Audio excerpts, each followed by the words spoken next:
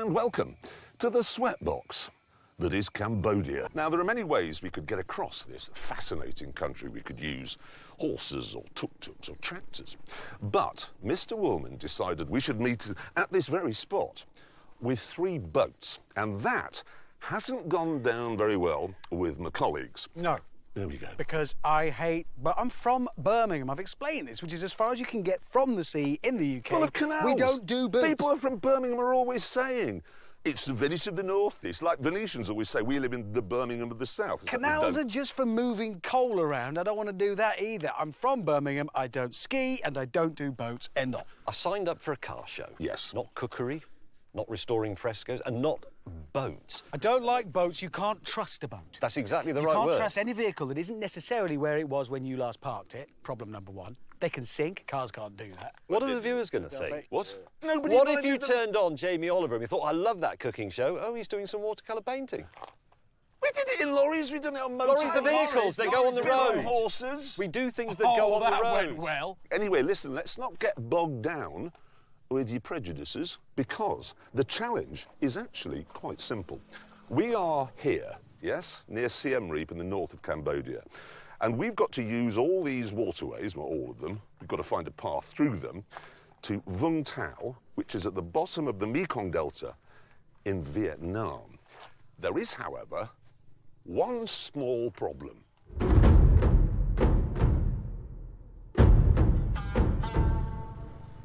As I've said, I'm no expert on boats and boating, but there's no water. No, there isn't. Is that pontoon thing there, is that where Mr. Willman thought we Woolman. should meet? Yes, now in a field. He's a half-wit, isn't he? Anyway, the problem is there isn't enough water in there to drown a witch. No. So why don't we get some wheels and go and find some water, and then we'll launch our boats there. Right. Having found some wheels, we began our search.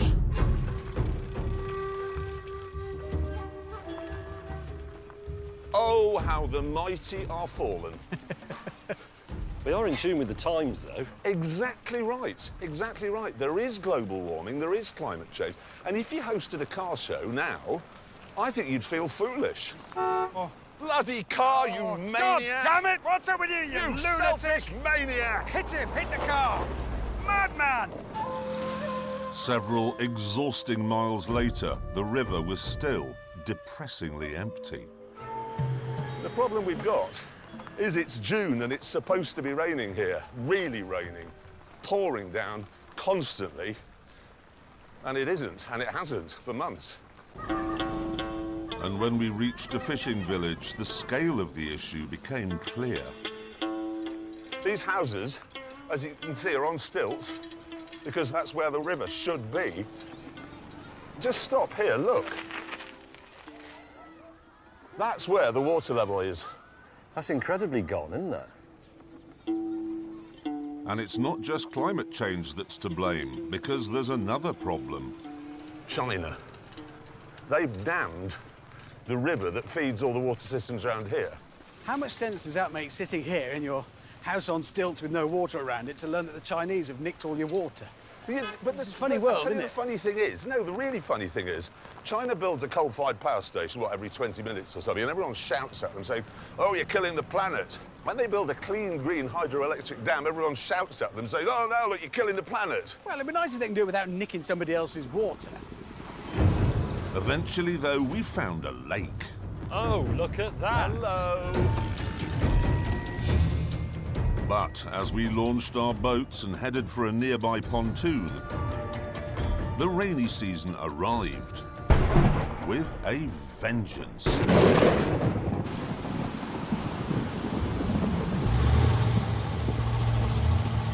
Carnival!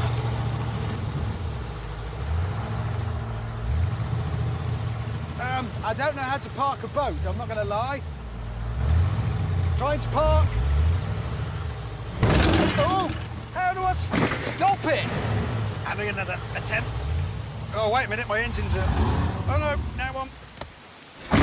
Yeah, I think that went well. Right. Stop moving around! I parked you! Right, well, I was going to leap from my boat and say, and fresh from Miami Vice, a boat. It's pointy, which means it's a fast boat. Oh, got my leg caught. At this point, Jeremy emerged from the gloom, and as he's the only qualified boat driver on the team, I was expecting a smoother arrival. Here we go. Marking a PBR. Oh! No! Oh, brilliant. It's really windy! I'm backing in. Oh no, that's not... Totally uncontrollable. This is better, this angle. Oh! Okay. Could you help and get that rope? You pull me along? Please pull me along. This is no time for cocking about. This is dangerous work we're doing. I'm glad you got here, because I think it looks like rain. Rain! What? Isn't that like the boat out of Apocalypse Now? Exactly what it is. PBR, Patrol Boat River, Mark II. Yeah, is that entirely tactful? We're going to Vietnam. You can't drive that around. You can, because you probably don't know this, but Vietnam won. So driving that through Vietnam is like walking to Old Trafford, which is where Manchester United play, in a Charlton Athletics shirt. Doesn't matter, because you're a loser. Yeah. They don't mind. You believe that? Is that a Scarab? Yeah. Cameron, you have accidentally chosen quite a good boat. Well, If you were on the Intercoastal Waterway in Miami. you see, that's cool. I've got 2 V8s in that. I've got 2 V8s in there. How many horsepower? 850 in total, 425 per engine. It's too much. What have you got? 350 aside. I got 700 in total. 850. Yeah, but that's better. It's not. What do you think May will have? Sun. Probably. Bit of luck. Soon his late arrival was explained. He'd come from the 18th century. Look at that. That's the world's least appropriate thing. What was he thinking of? How old is that thing? James, about 60. You ready with this rope? Hang on, it's going backwards. Why is it doing that? He is absolutely hopeless. It's got one knob and one wheel. Oh, here he comes. He's coming. He's trying a new technique here. Oh, he's broken his flagpole.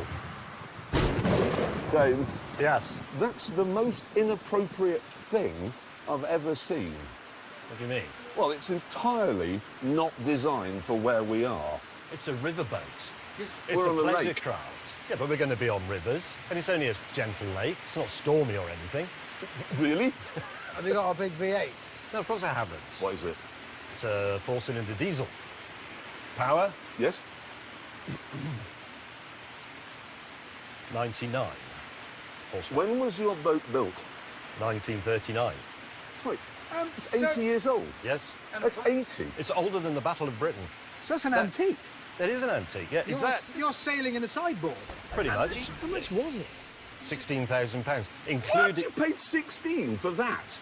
That's shit. That's a Ford Focus, and it's got a new engine in it. Is that vulgar-looking thing that I don't even want to look at down there yours? Yeah. How much is that? 23. Really? It's reasonable. Well, how much boats cost? 23. £23,000. Yes. How much was that? What? You bought that from a scrap. PBR? Yeah. Mine? How much was it? Yes. It's 100,000. What? 100,000. How much? How much? 100,000. $100,000. 100,000 what? No pounds. £100,000. Yes, it was. You spent 100 grand on that? But that's... But it's a... Well, actually, the problem Is is I that had because to... of its provenance? No, I had to build it. Well, it's not real. No. Hold on, hold on. Mate. Yes, it's incredibly complicated. They had to find the original designs of the original hull, work out where the engines went, why it's mid-engine. It was an immensely complicated thing to do, and I've done it. And I brought a little bit of history, at great expense, back to Southeast Asia. It's a fake, though. That's essentially a kit car. Is it based on the chassis of a Beetle or a Triumph Herald? It's a It'll have a 2 litre purpose-made Pinto chassis. Yes, exactly. It's a purpose-made chassis. And it's a brand new engine. 100 grand on the... I think what we've got here, can we do some car stuff? What we've got is a Corvette, definitely. That is a Corvette. Nothing wrong with that. So Big engine, inexpensive. Yes, plastic and inexpensive.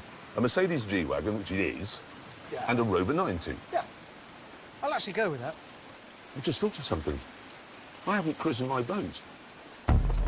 So I quickly organised an official ceremony. May God bless this ship and all who sail in her. That's what it's like when the Queen does it. Good thing is, I've now got a bottle of wine on my boat, which is called Dumas, by the way. Is it? Yep, means boat machine. With the christening ceremony complete and the rainy season over, it was time to begin our epic 500-mile voyage. Thank you. Oh, sorry. We checked into the town's only guest house and then, absolutely famished, sat down for dinner. Sadly, though, there wasn't much on the menu for Hammond. So this is, well, these are dragonflies. Don't eat dragonflies. You've never tried one? Nobody eats dragonflies. This is crickets. These are water beetles. I don't eat water beetles. They're tarantulas. I especially don't eat tarantulas. Or some big spiders, anyway. Thing is, during the time of Pol Pot, they were starving, and they had to, and they actually discovered that they're lovely. Do you know what Pol Pot means? Everyone thinks it's his name. Bad menu. It stands for political potential. Same as Jeremy Corbyn, same policies. You're eating a dragon? Oh, it's a dragonfly. What do they taste like? Dragonflies. Oh. I knew you'd have a problem, so I've got you some hard-boiled eggs, Hammond. This is a cricket. Actual, look, you can see that. Do you eat it or do you disembowel it and then eat the flesh? You just eat Oh my God! There's got a bird in it. What? Oh. That may be beyond my life. Yeah, I'm just looking at that thinking, mate, really? That is pretty revolting. It is, I know, but if you've got a socialist running, you know, like Britain, when we've got Corbyn, this is what we're going to be eating. After our feast, it was time for bed, and we were shown to the best rooms in the house.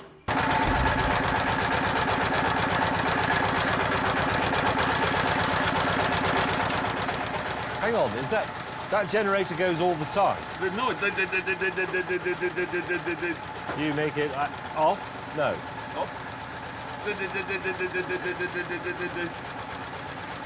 No. Okay.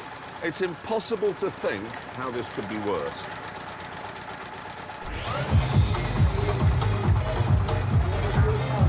And there it is.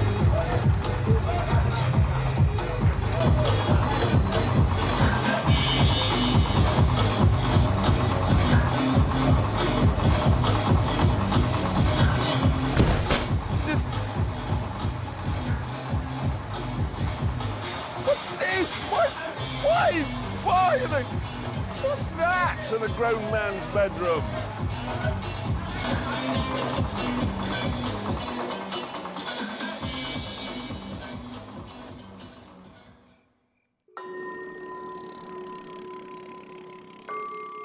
Dawn was magnificent, and there was no need to wait the cameramen to film it, because they, like us, hadn't had a wink of sleep.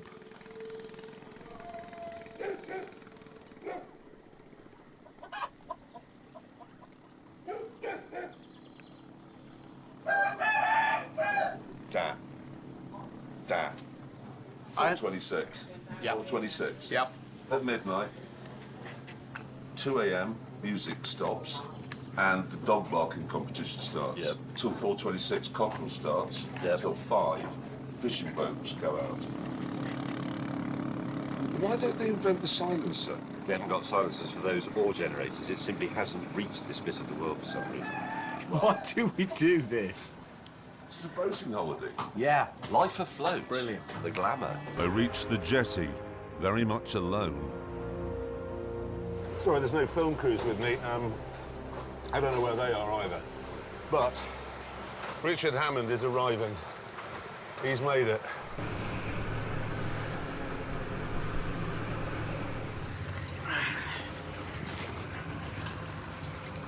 Normally we'd celebrate the end of a journey, but I'm not celebrating that. Beyond brutal. Yeah, that was hardest thing I've ever done. Easily the hardest thing I've ever done. Yeah. Most dangerous. Yeah. After a film crew arrived, we disembarked. Have you really not heard from James at all? No, nothing. But then, the Rover 90 hoved into view. It could be coming with nobody on it, like the Marie Celeste. Well, I did what? No, he is there. Look, there's a very bedraggled dog at the helm. Yep. Right. We've been very worried about you. Have you? I was very worried about me, but thank you. Jeez.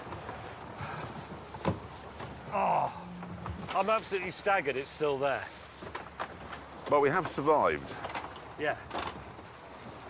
And on that terrible disappointment for Top Gear, it's time to say goodbye. We'll be back. See you very soon. See you soon. Hello and welcome to what is very obviously the south of France. Except this isn't the south of France where there are carefully designed topless swimsuits and Russian billionaires turn up on super yachts. This isn't even in the same hemisphere.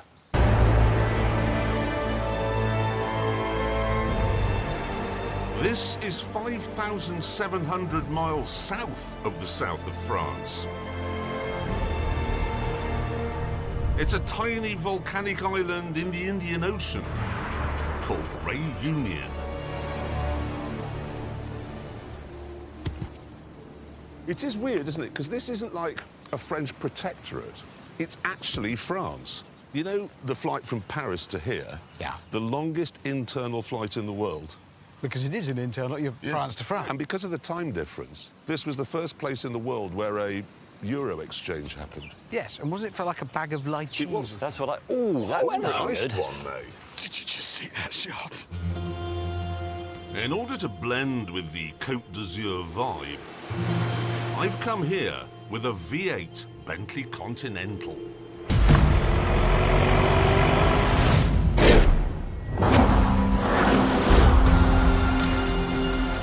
Now, I'll admit that Bentley forged its reputation many years ago at Le Mans, which is in the north of France. But it's changed since then. Now, it's the most south of France brand of them all. The recipe's still the same, though. It's a big, heavy suet pudding of torque and opulence. Yeah. This is the first time ever on our adventures when I've had a proper, functioning, decent car. Whatever Mr. Willman has in mind, this'll be perfect. Yeah, but this is better.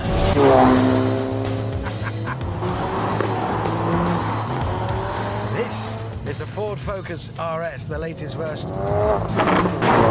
350 brake horsepower from a 4-cylinder turbocharged engine. It's light, 1,500 kilos, and it's clever. It has torque vectoring. It can send up to 70% of the total power to the rear axle, and it can divert 100% of that to one wheel. I love those crackles and bangs on the overrun.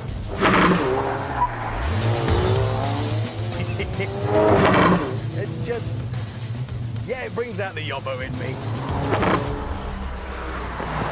Hello, viewers. And as you would imagine, I've done this properly. I've come in this. This is a Caterham.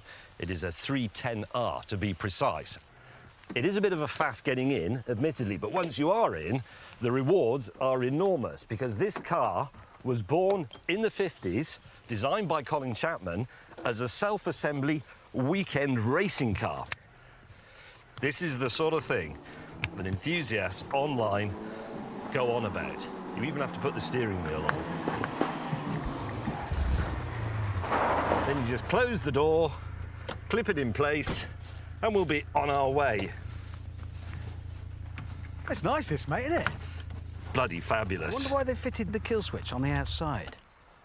Oh, I'll put it there so you don't lose it. Right, gotta get on. Don't be a cock, Hammond.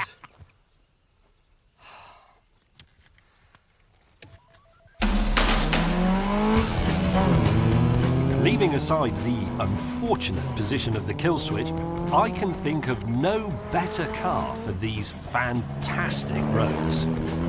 If you like the sensations of driving, you know, like turning the wheel and changing the gears and pressing the pedals, you want one of these. Doesn't have traction control, doesn't have brake assist, doesn't have adaptive suspension, it doesn't have flappy paddles, it doesn't even have airbags. It's just a car. Absolutely perfect.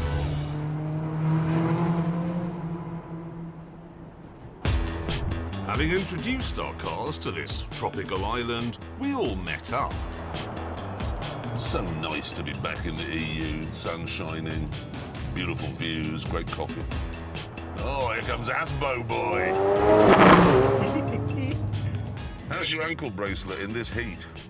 Yeah, I just grew one as soon as I sat down in it. It just formed on my leg. Chaps, What? I have in my hand a piece of paper. Is it from Neville? It is from Neville, actually. It says, in 1730, on Réunion, a man called Labousse, that's him, Yeah. in there, was hanged for crimes of piracy. So this is Labousse. He was, he had a pirate fleet. Well, you know about this man. He was called the Buzzard. Big nose he had as well. There is more on Neville's piece of paper, if you could just keep quiet for a moment. It says, on his way to the scaffold, he threw a coded message into the crowd that explained where he had buried his treasure. A copy of that message is included in your pack. Is that it? That's it, yes. Well, it's just garbage. No, but here's the good bit. It's reckoned that his treasure included the Fiery Cross of Goa, a 220-pound, 7-foot-high golden crucifix studded with rubies, and that today the haul would be worth £100 million. Wow. So? So it's your job to crack the code and find the loot. Yours sincerely, Neville Willman. Oh, we are hunting for pirate treasure. Yes, we are. Oh, come on. Do you believe in all this pirate nonsense?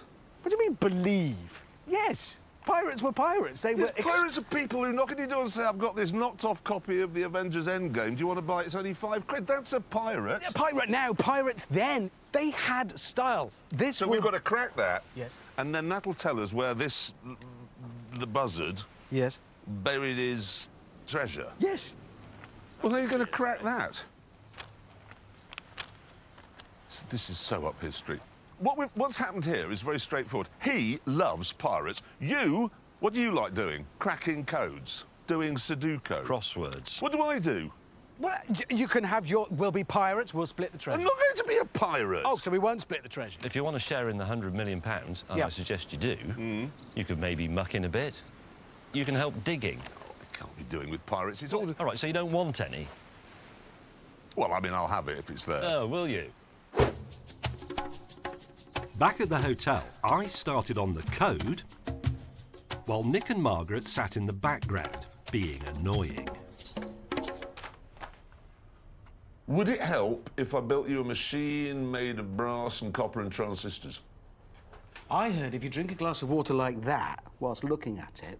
Have you thought about A is 1, That's clever. B is 2. Oh, that's clever. No, wait. What? I've already had a breakthrough. What? Why don't you two go away and leave me alone to work on it by myself? It is a bit boring, this. Not very piratey thus far. Have you got anywhere? Yes. Where?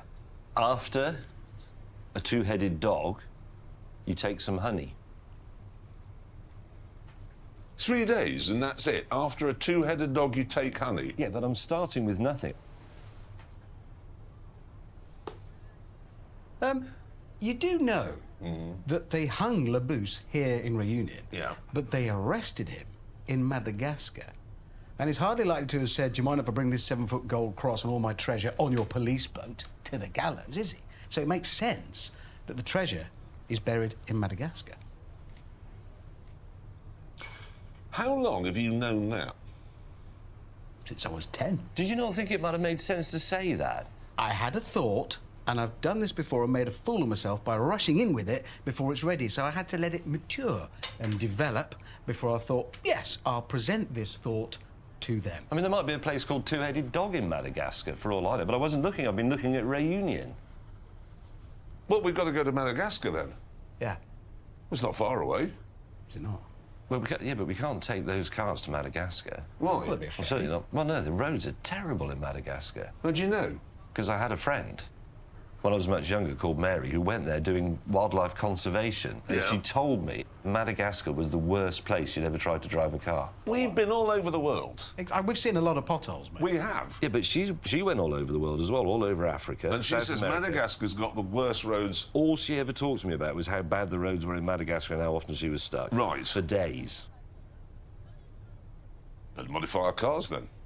I've got to cater 'em. We can modify that very easily. What, into an airship? Well, I don't know. Hello again, viewers. What I've done is this. My car is already very light, which is ideal for off-roading, so I've put some bigger wheels on it. That's good for ground clearance and grip. That's it. Clearly, Jeremy had done rather more than that. Let me talk you through what I've done. There's a fair bit. Got a winch here mounted on a steel platform, and I have armour-plated steel running from the front to the back on the undersides. Headlamps, they're now from a motorcycle. I needed the space ordinarily taken up by the lights for the snorkels, which I fitted so the car can now wade through about 6 feet of water. Moving further back, big trunky tyres, but the wheels are actually smaller. Now, that meant the original brakes wouldn't fit. Had to remove those, replace them with brakes from a Golf GTI. Then I moved the brake and fuel lines inboard to give them extra protection and removed the air suspension, replaced it, in fact, with long travel shocks and steel coils. You did all that in 2 days? Well, it was that workshop. I don't know. It was just so well equipped. Well, it was well equipped. So I was able to do, I think, a pretty thorough job. I am genuinely impressed. Tell you what, What? this is what life is like outside the EU. We were in the EU on Reunion, smooth roads, people Yes. in BMWs. Would you like a glass of Chablis? Here, Yeah. Oh, sorry. would you like some food poisoning? As we discussed post-Brexit life, our colleague arrived.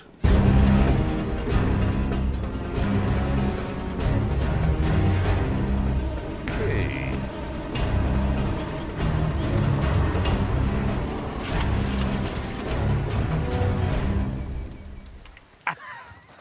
Ha-ha! Yeah, the flag and...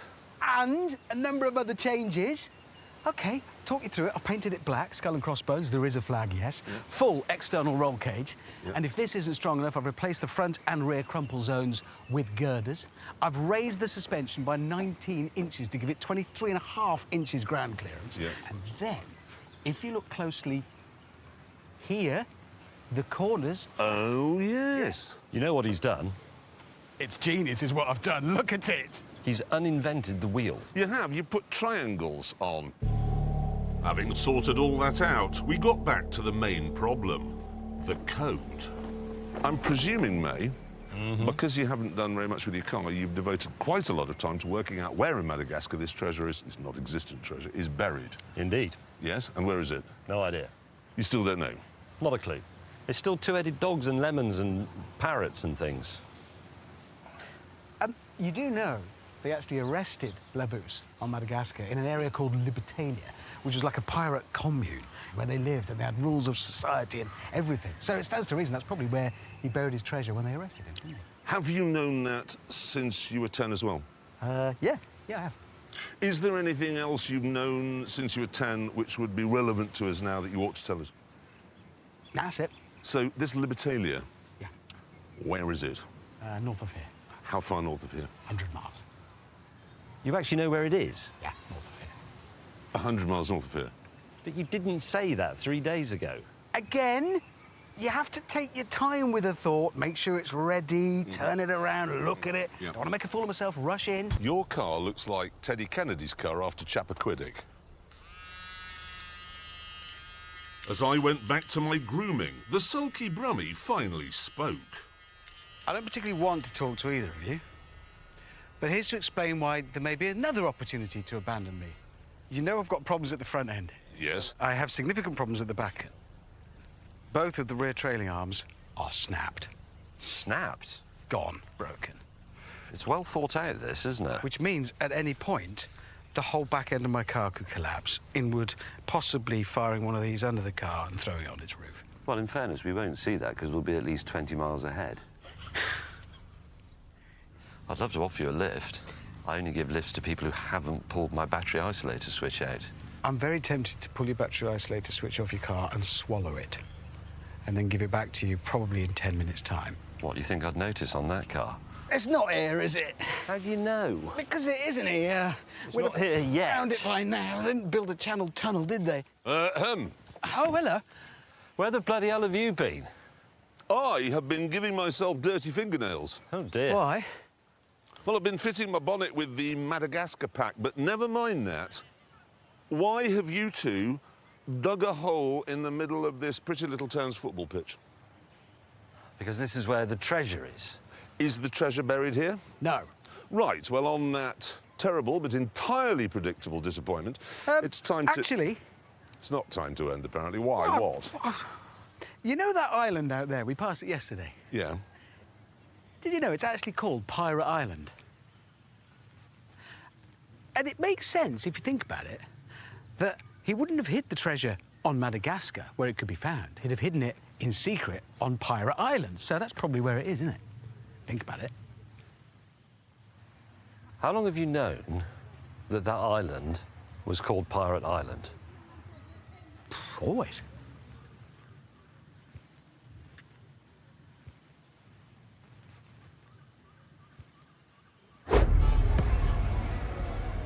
Fearing that the village football team might be a bit annoyed, we decided to get out of town.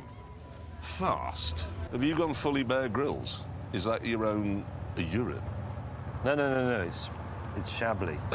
Anyway, in less than a week, we have managed to cover a staggering 139 miles. And our cars, well, two of our cars, are still running. Phenomenal achievement, really. That isn't even a car, really. That is a track day toy.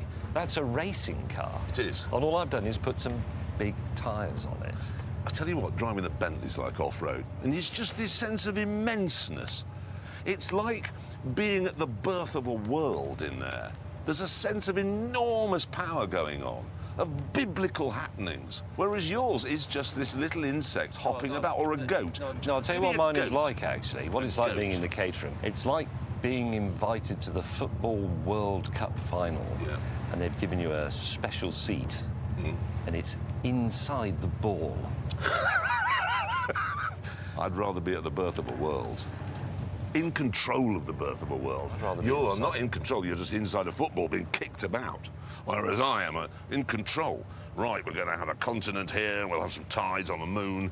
You know, we'll get that going around, it'll be fantastic, and then we'll have some tectonic plates. That's not really what happens at the birth of a world. Yes, it is. No, somebody doesn't sit there planning it. But the fact is, your car, it is disgusting, James. I can see germs coming out of it. When you drove through a lake of human effluent, you were covered in it. When I drove through the human effluent, my front window went a bit brown momentarily, and then that was the end of that. I was back to my air-conditioned splendour. That's why mine's better. Your car's not better. I've got a spotless shirt on. But that's not the objective. Yes, the it objective is not to be spotless. It's to find treasure in Madagascar. There And isn't if you any had to depend- treasure. You don't know that. I do know How do that. you know that? Okay. Somebody wrote it down at the time before we stole. On the plus side, my work had been extremely thorough. On the minus side, however, Find anything? Not a thing. You? No. He's only got that little bit to do. So if there's nothing there, we've had it. And that's annoying because, and I'm not making this up, I have just had this email. Oh. That's cruel. Chaps, What? It's... Listen, it's there! Shovel! Shovel!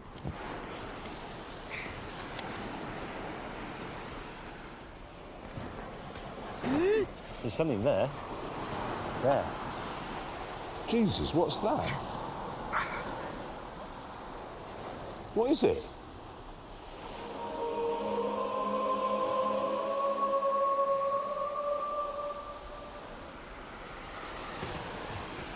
I think it's the Holy Grail. Oh, cock. And on that terrible disappointment, it is time to end. No more memories from your childhood? No, I got nothing. Okay, that is it. Thank you so much for watching. Take care. See you soon. Hello and welcome to the Grand Tour, which is not coming to you this time from the top of a volcano or the bottom of the sea. No, we are in Berwick-upon-Tweed, the most northerly town in England. And our mission is to set off across the border and then drive all the way across Scotland to the Outer Hebrides. Now, this promises to be one of the most beautiful drives we have ever done. And on the way, we will be attempting to answer a very important question. Yeah, it's this. In Europe, we listen to American music, we buy American clothes, we drink American beer, we wear American sunglasses, but American cars have never caught on. Why? To try and find out, each of us bought an American car. And this is what I chose. A 19-foot-long Lincoln Continental Mark V.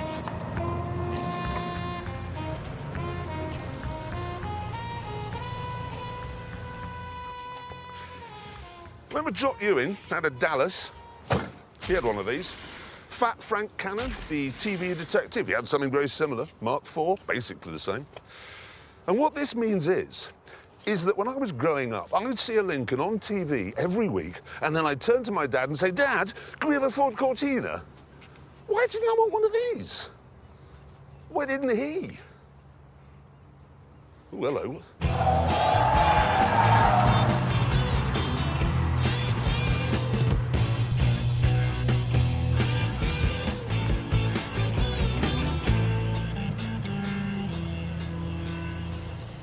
It's a Buick Riviera Oh, yeah.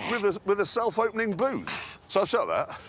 When did that happen? Just now, as you pulled Okay, up. that's a feature of the model. This is the legendary 1971 Buick Riviera, the boat tail. What? No, I'm stunned. Well, no, the thing is we said, why did American cars not catch on in Europe? Yeah. Did this even catch on in America? Well, that's the thing. You see, the Riviera was Buick's answer to the Ford Thunderbird. So Yeah. from 63, they were making Rivieras, and it was doing well. They were selling quite a few, not as many as the Thunderbird. Yeah. So in 71, they said, let's make something really striking, really new, really out there. And they made this, and everybody hated it. Literally. Their advertising materials said, it's like nothing else. And Americans went, good. But Jock Ewing, Fat Frank Cannon, celebrity all over it. Clint Eastwood, Really? Jeff Bridges, Really? yes. Well, they both had this. Bruce Willis, Bruce, really? So Frank and Jock. yes. Bruce, Clint and Jeff. Yes. And we still ran around in Europe going, I don't know, should we have an Allegro? We had an or- Allegro estate when this existed. What do you suppose Mays got? No, let me rephrase that. What sort of Cadillac do you suppose Mays bought?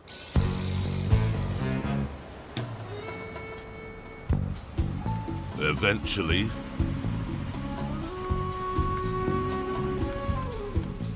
after 20 feet of waiting,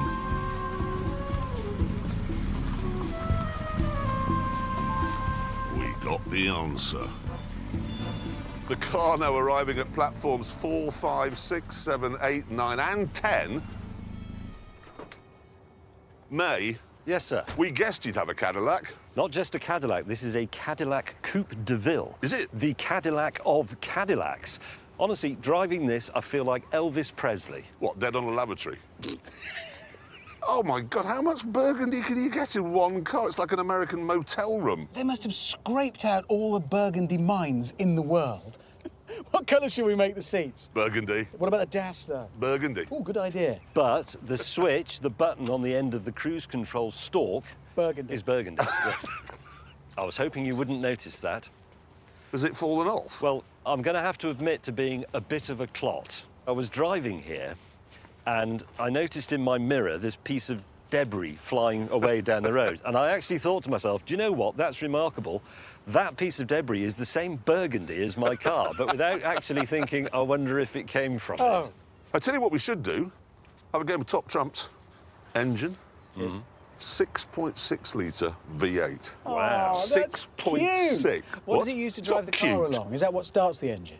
Well, how big's the engine in yours? 7.5. 7.5 litres. 7.5 litre V8. Oof. God. 8.2. 8? 8.2 litres. This is the biggest V8 ever fitted to a production car. 8.2 litres. All right, then. This is more efficient, obviously. How many horsepower? Mine? Mm-hmm. 190. I don't think horsepower matters. How many horsepower? 181. That's it. Yes, from 6.6 litres. I don't know how they did that. My 7.5 litre V8 lump develops 250 horsepower. 250? Yeah. So that's a rocket ship. The time we have to beat, Yes. 1:13.98. James May, Yes. 1:31.99. 17, 18 seconds slower than a Hillman Avenger. You had nearly 7 litres more. Yes. I did it in 1:21.47. Oh dear. Richard Hammond, Yes. 1:18.77. What does that prove? Well, it's interesting. I thought mine would be faster than that. I didn't think mine would be faster. Well, you weren't driving very quickly. Well, it's as quickly as it would go, and it's just comfortable. You've got one dial in your car, which is a speedometer. Yes. Which is the one thing you don't need. Yes. Right, so the car doesn't need it. Not interested in that one. But what I find funny, it is the first track, I think, you've ever driven round extensively and not hit anything. God, I didn't. And your car is the correct way up. I think we can Thank you. We can all applaud that. Ladies and gentlemen, Richard Hammond. Many years we've done this, and I'm delighted Normally, to a paramedic would now be cutting off his trousers. Yep. And he'd be going to the hospital. I'd be on the phone to his wife. Hi, Mindy. Yeah, I know. Again. He's done it again. Oh, text from Mr. Willman. Apparently, there's some kind of virus going round. Oh no. Well, where's he been? Somebody's let him see a newspaper again, haven't they? It's dangerous when he reads the news. Oh. You are not able to stay in a hotel this evening. I have therefore found you alternative accommodation at the track. Where?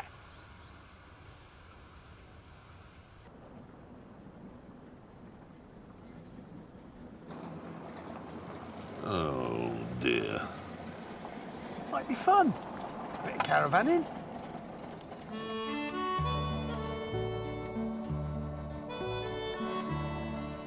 Once we'd settled in, we sat down to a traditional Scottish dinner, prepared by our resident chef.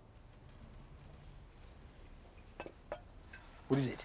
Pork chop. What's that, then? That's peas. What's this? That's a carrot, I think. Well, thank What, you a very deep much. fried carrot? Yes. This isn't a carrot, it's a sausage. Oh, maybe it is a sausage. There was a sausage in there somewhere. All right. I can feel myself getting healthier. Yeah. My heart What is are the saying peas thank like? you. The Well, peas? it's a unit of peas. Oh, yeah. Well, it makes it a lot easier to eat. brings It does. Peas are Peas so fall off. difficult to eat, but when you deep fry them like this, It brings out the sweetness of the peas. After dinner was over and we'd been sick, we decided to watch some motorsport on Mr. Willman's laptop. How many has he ordered? Oh, that's never going to fit. then, have you noticed this is his keyboard, Mr. Willman's?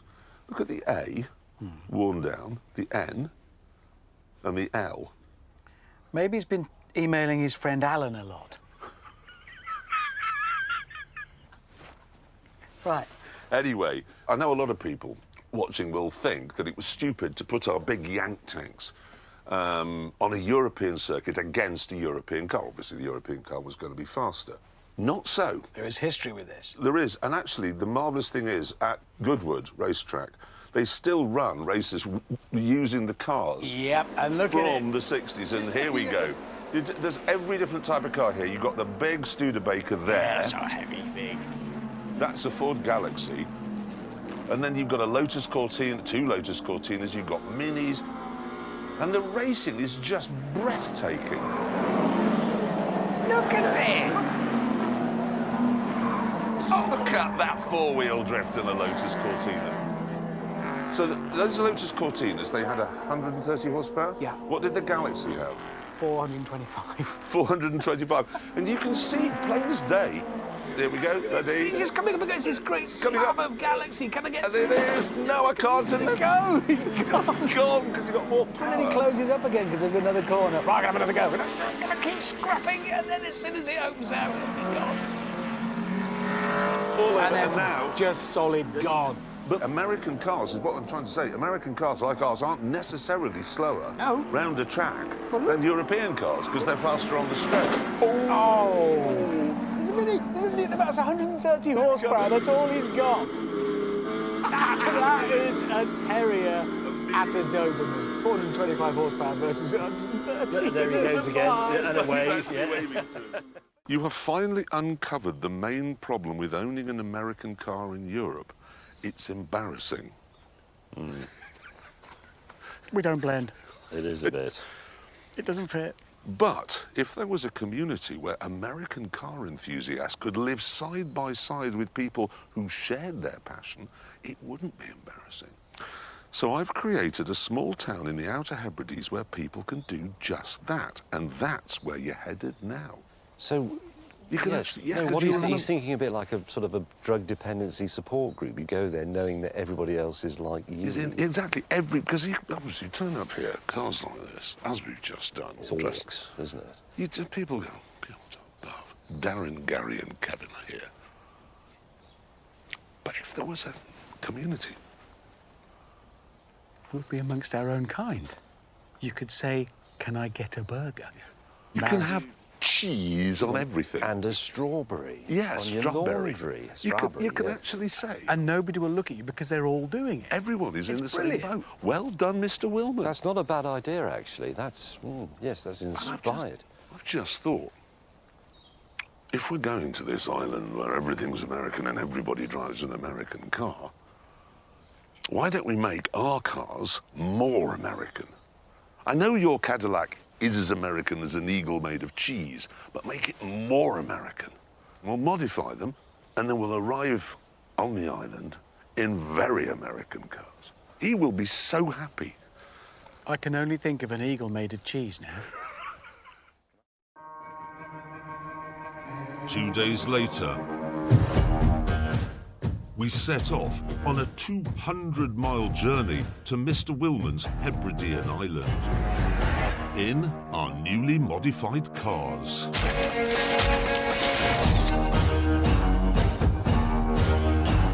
Let me talk you through what I've done. I focused initially on repairing things. I repaired the windscreen wiper as best I can. I've used waterless coolant to try and solve the overheating problems. And then, well, if you look closely at the front here, I fitted the massive supercharger you can see sticking out of the bonnet. Gains about 100 horsepower from that.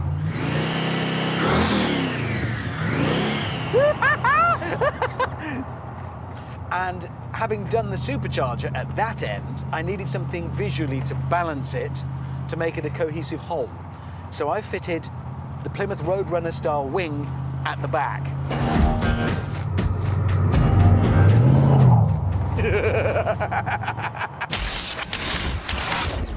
Hello, viewers. I've turned my Cadillac Coupe de Ville into a low rider. 3 inches lower at the front, 2 inches lower at the back, courtesy of heavy-duty Land Rover Defender springs. A 2.5-inch straight-through side-mounted exhaust. Now, this was already a very cool, very relaxed car. It's now even cooler and relaxeder.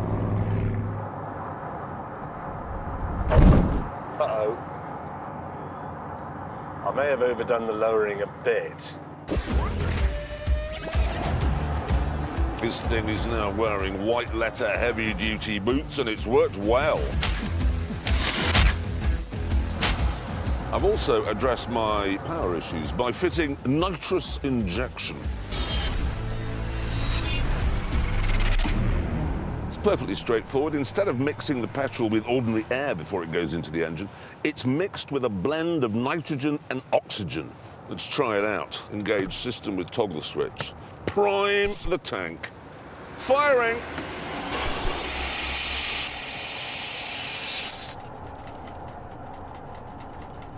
That makes no difference. Why does that not make any difference at all? Did you make other modifications to the fuel system apart from putting the nitrous bottle in? Yes, I did. What did you do? Many things. He hasn't done it, has he? Did you alter the timing? I advanced it. What would happen if I hadn't done anything to the timing or anything like that? I think, yeah, you'd have made the mixture lean and you'd probably melt the pistons. Well, I'll get a grandstand view of the explosion from back here if I can see it around my supercharger. See around it. Is your supercharger actually in the way then? Only in certain directions. If I look forwards, for instance, yes, it blocks the view. You can't see.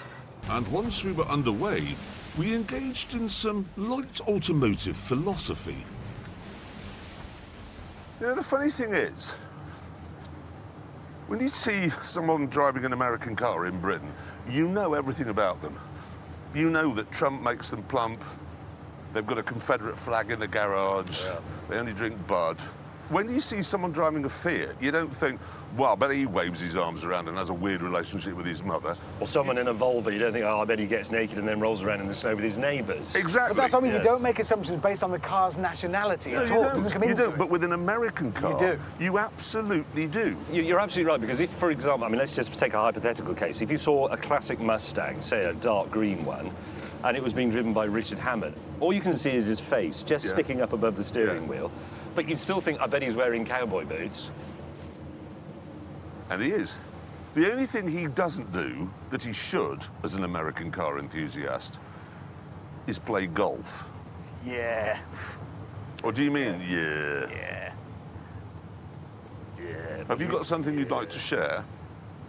My name's Richard Hammond and I've taken up golf recently. I've been having lessons.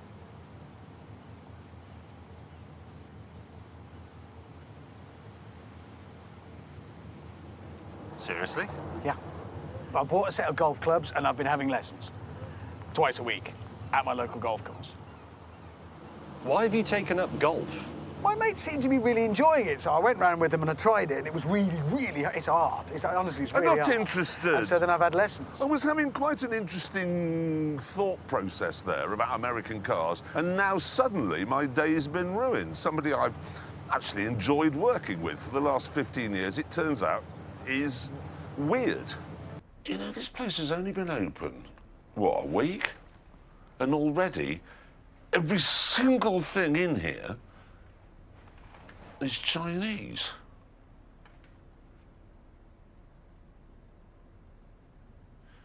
And on that terrible disappointment, it's time to end. We will be back. We don't know where, we don't know when, but we will, and we will see you then. Thank you so much for watching. Goodbye. Hello and welcome to the enormous catapult machine that we built to keep ourselves amused during the COVID lockdown. I've no idea what we're going to use it for, but who knows? Maybe something will come to mind as we set out in this show to answer an important question. What is the matter with the French? And from their pantheon of strangeness, I've bought this.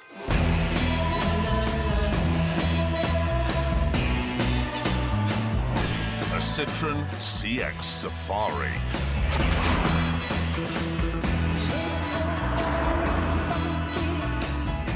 It wasn't easy to find one, as most have been turned into motorhomes, but it was worth the effort because This is perhaps the most French car of them all. Take the indicators. You operate them using this rocker switch here. But because that's nowhere near the steering column, the indicating doesn't self-cancel after you've made the turn.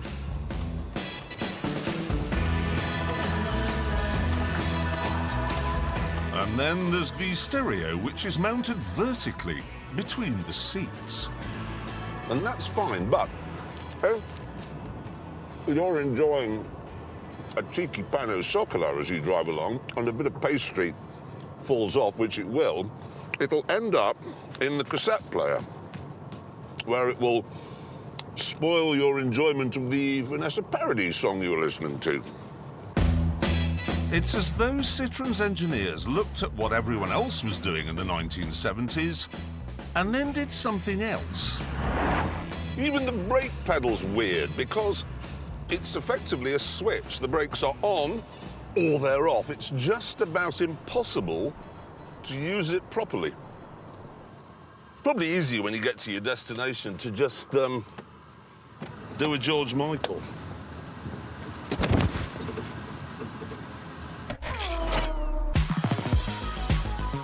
This is what I've chosen. A Matra Marina. It's from the 80s, mid-engined, two-seater sports car. Except it's got 3 seats. I suppose maybe if my wife and my mistress want to go out for a drive at the same time, I've got that covered. And it's not a sports car either, because the engine is a tiny 1.6, which produces just 88 horsepower. It doesn't make any sense. Matra built the Exocet missile. That is a fast thing. This is really not. Then there's its name. Everywhere else in the world, they name cars after exciting animals like Jaguar, Mustang, or exotic winds, Kamsin, Scirocco. Matra, no, they chose Marina, which is a Latin word meaning son of a plebeian family who likes eels. That's been through the dictionaries of all the languages, and we have found the word. Oh, that is, nobody will get that. That is weirder than any other name we could give it. We will have it. Mind you, this car is nothing compared to what Mayer's bought. Bonjour, viewers. Now, back in 1998, Renault told its designers that they wanted a large luxury coupe, you know, something a bit like a BMW 6 Series. So this is what they came up with.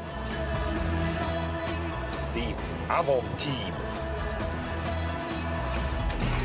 It's made almost entirely of plastic. It appears to have been drawn by an 8-year-old who liked high-speed trains, and there are no conventional instruments. There are just some digital things floating around over in the middle there. Look at all that dashboard that's there. There's just acres of it. If you wanted to wipe the windscreen because it had fogged up, you couldn't do it. You do get the impression that if Renault's designers were asked to design, say, a new dog, they'd put the head on the other end and it would have 2 tails at the front. They wouldn't just be able to do a conventional dog. Who thought? I know. We won't drive the wheels. No. Everybody's doing that. We'll be propelled along by a propeller. If you're driving through a town centre, for example. What would happen? I mean, if you knock someone over in a car, it's bad. But if you knock someone over in that, there were kidneys, liver, offal. Oh, no, there's another one. No, you're right. They've thought about this because it's got the massive whirling propeller, but they've put these thin bits of wire so nobody could accidentally put their hand through or their head or anything like that. See? Yeah, I can't. It's perfectly... Oh, has it got a rear seat? This is a 2-seater, Alan, unlike your Matra. Would you get in there knowing you have absolutely no control over any of that? I can't with the pedal. I mean, it's not like an aeroplane where you've got dual controls if something happens to the pilot. What? I mean, you just sit mad. There. I think it's brilliant. It is brilliant. Well, it is. I mean, look, I admire it, but did you take it on Le Dragon's Den? Here's my thought for a way of getting around. But hang on a minute. Do you think it works? Well, I'm sure it does. Oh, hang on, look, you don't start it with a key, obviously. There'll be a bit of fiddling. Advance and retard. I'll retard it. You going to prime it, James? Compression point is about there. You ready? Well, I don't know what's going to happen. How can I be ready? Have you got your feet on the I'm ready brake? for It's not what? going Yes, I got my anywhere, feet on the brake. crying I've got Go. everything. Yeah, That's go. going to turn that and Oh, wow.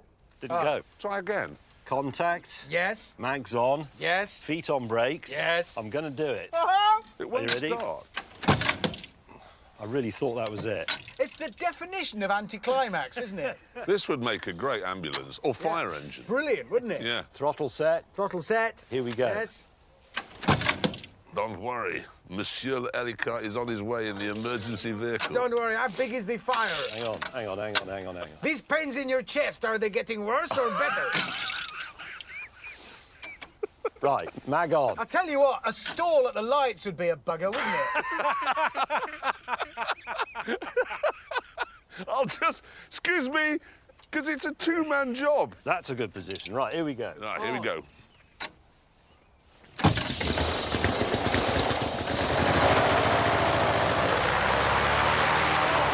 I think I'll take it for a drive! What? I'm gonna take it for a drive! What, you? Run! Run for your life!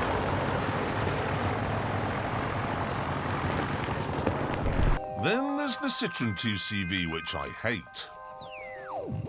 This car is the harbinger of everything that's gone wrong in the world. Veganism, cycling, Liberal Democrats, people who talk about having my truth. There's no such thing as my truth. The truth is that it's awful. It's You not can't- awful. It's a very practical, sensible car that stood the test of time for decades and decades. It survived a war. It liberated the French peasantry. It's fantastic. And it's not- totemic. That is the most French thing in the world. If you have a themed restaurant or you're doing a film or you're painting a picture, you think, how do I make this look more French? Put a 2CV in it, or just a bit of a 2CV. You don't even have wind-down windows. Look, it's stupid. Yeah, but lots of aeroplanes have windows like that. It's a It's perfectly... a very what aeroplane? I've never been on an aeroplane. My aeroplane has got a window exactly like that. This is a fantastic car. Everything in it is fit for purpose and no more. I hate the expression fit for purpose. But it is. Well, oh, hello. Where's the helicopter? It's evidence. Well, let's not get bogged down in that, OK? Move on. Because even I will admit the 2CV does have very clever suspension. In fact, it's claimed that you can drop one from under a helicopter at a height of 500 feet and the springs will absorb the impact. Really? Well, let's find out.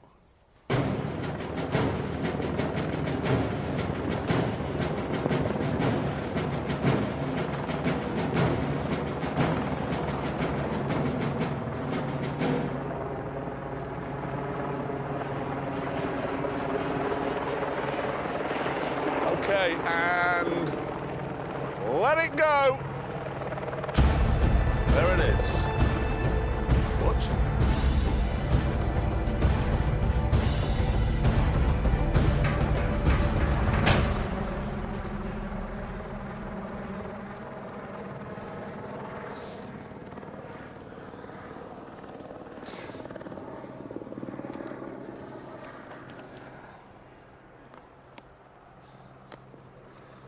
Yeah, what's happened is I've misread the handbook.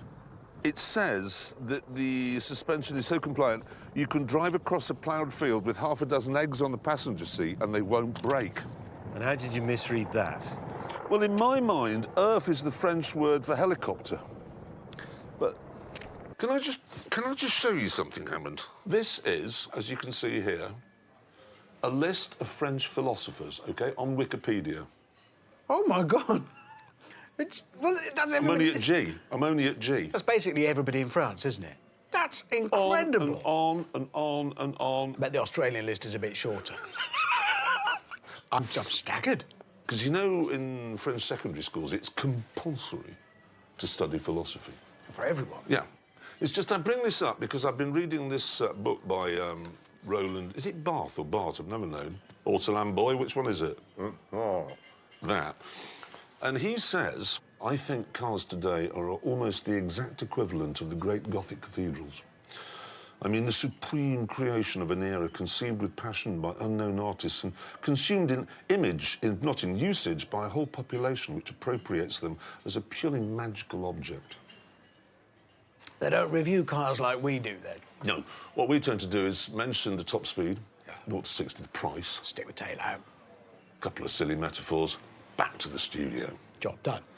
No, I'll give you another little bit here for me.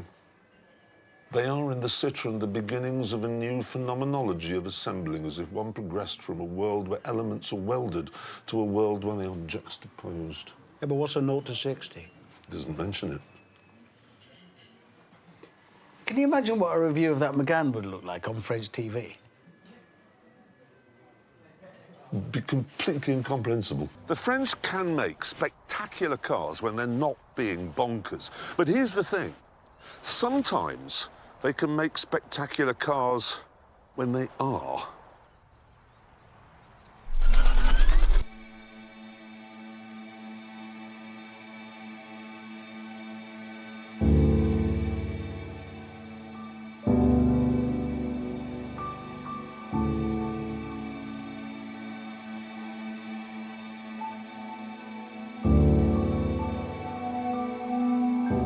Welcome, everyone, to the most magnificent French car of them all.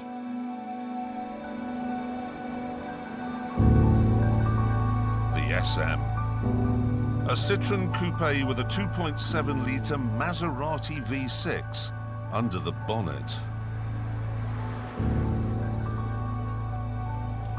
This, in essence, really, is Franco-Italian, and that can work. John Alesi, he's Franco-Italian. So is Olivier Giroud, Eric Cantona, David Ginola. That worked well. Yeah. So what you got in one of these was French complexity and Italian fragility. Yeah. It's going to give you an example of the complexity. It doesn't have a throttle linkage as such. Well, it does, but you get a rod, then a bit of cable, then another rod, then it goes through the exhaust manifold. It does. It's basically engine out. And here's another good one. All the wiring under the bonnet is black. So you've no idea where it's going or where it came from. It's just all black. So I don't know. They don't really work. It's the stoplight there. That's what I love. The biggest stop sign. Yeah, it doesn't even specify. Just stop! One of a number of things has gone wrong again. That's what it says. This is a really big light to tell you inevitably, stop. What did you expect? Here is the moment you knew was coming. And you must stop instantly or die. But can we just mention the looks? One of the best looking cars ever made. Some angles, there's a sort of gawkiness to it, which is, I know we've gone on about it before, but real, true beauty isn't just that sort of internet, fake, perfectly symmetrical. This has an angularity to it. Oh, it's stunning. Tell you what I love is the list of people who owned an SM, okay? Good. Oh, eclectic. You've got Graham Greene, Brezhnev, Haile Selassie, Lee Majors, the $6 million man, John Barry, the guy who wrote all the Bond stuff. Yeah. Idi Amin had 7 of them. 7 SMs. Just on the off chance one of them worked. But this is the really interesting one, right? Bill Wyman from the Stones, okay? Adam Clayton from U2, and Guy Berryman from Coldplay. They're all bassists, and they all had SMs. That's because nobody ever looks at the basses. They're always standing at the back, aren't they? But you could still say, stop looking at the lead singer, I've got a sodding SM. Yeah, look at me. Yes.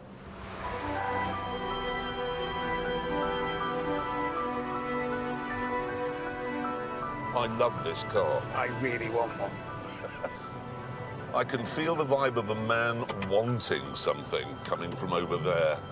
And I think you should have one, so I can look at it. It's so special.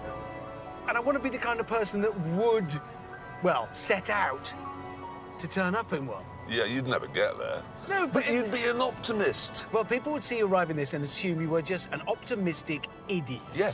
Which I kind of am.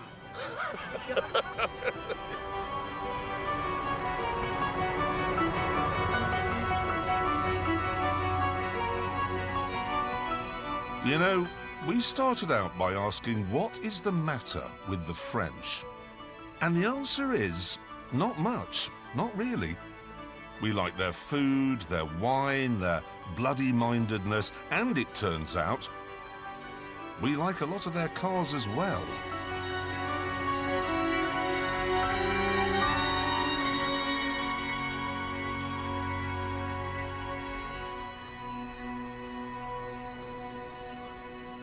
But we don't want you to get the impression we like all of them. Because we don't. This is the Citroën Pluriel which we hate. Partly because it's horrid, but mainly because of its stupid roof. Now, you probably think the roof has folded away cleverly somewhere into the back of the car like it does with a normal convertible, but it hasn't. It's right here.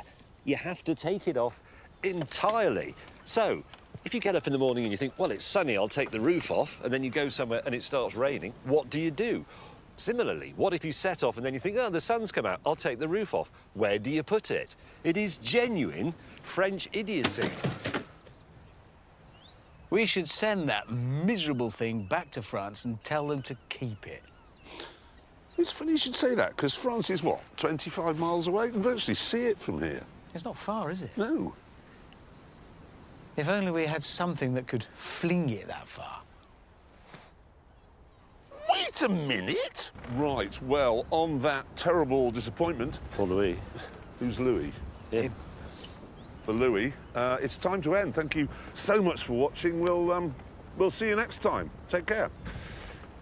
Won't be in France, though, will we? No, maybe not for a bit. No. Hello and welcome to the top of Norway, and specifically the third most northerly football pitch in the entire world.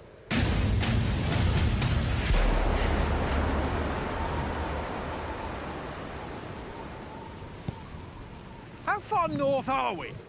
Really far. We're 127 miles north of the Arctic Circle, and we're further north than anywhere in Iceland. And this isn't just a football pitch, as in just a field. This is, like, proper, isn't it? There it is. Who do they play? The North Sea Oil 11, the Oil Rig 11, I don't know, the Trawlerman 11. There's no other villages. Anyway, See you you go and get the ball, I'll go because get the I'll ball. explain to the ladies and gentlemen why we're here. You see, the thing is, we are here we are here because... took my leg off. Because throughout the 2000s, the world of rallying produced some of the most exciting four-wheel drive, four-door family saloon cars anyone had ever seen. And what we want to know is, which is the best? This is my choice. And before we've even begun, here it is. The Subaru Impreza is the best, and that's that. It just is. At this point, James arrived with one of his favourite things, a contrary opinion. That is a fantastic car, Hammond. The Subaru is superb. It's not quite as fantastic as what I've brought, which is a Mitsubishi Evo. Yes, and if you're on an actual rally special stage or a racetrack, the Evo is brilliant. But the fact remains, to get home again, you would take the Subaru because it's just more suited to the real world somehow. It's more calm. Calm? Yes. Who wants a calm rally car? This twat. At this point, Jeremy demonstrated that he hadn't been listening to himself. Hello! Didn't you say that you had to bring the best rally car? It is. It's an Audi Quattro. That's not an Audi Quattro. It is! Where does it say Quattro on that?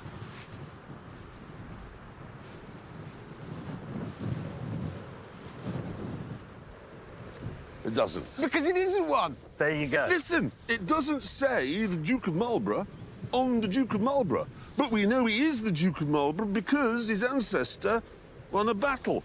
And that car's ancestor won a battle. Twice, won two battles. You've brought the wrong thing. It's an RS4.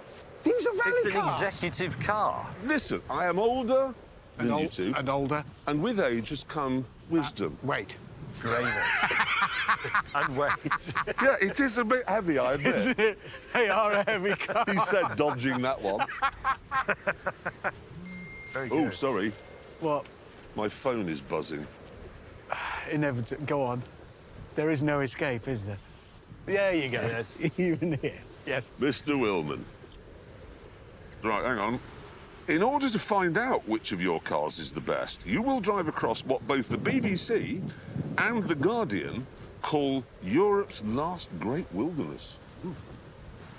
You will drive all the way across Norway, Sweden and Finland, never once dropping below the Arctic Circle, and you must get to Ivalo Airport near the Russian border by 5 p.m. on Saturday, because that's when your plane back to the UK leaves.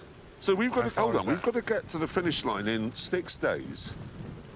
What is it, 500-600 miles? Ooh, we're going to go over 100 miles a in day. a Subaru Impreza. Oh. It doesn't sound very tricky this time. I mean, if we were in convertibles... or four-wheel roller drive. skates. Yes, four-wheel drive saloons. They are. This isn't the clearing up shower, is it? No. Ow! Ow! Ow! Should we get going? Yes. Holy cow!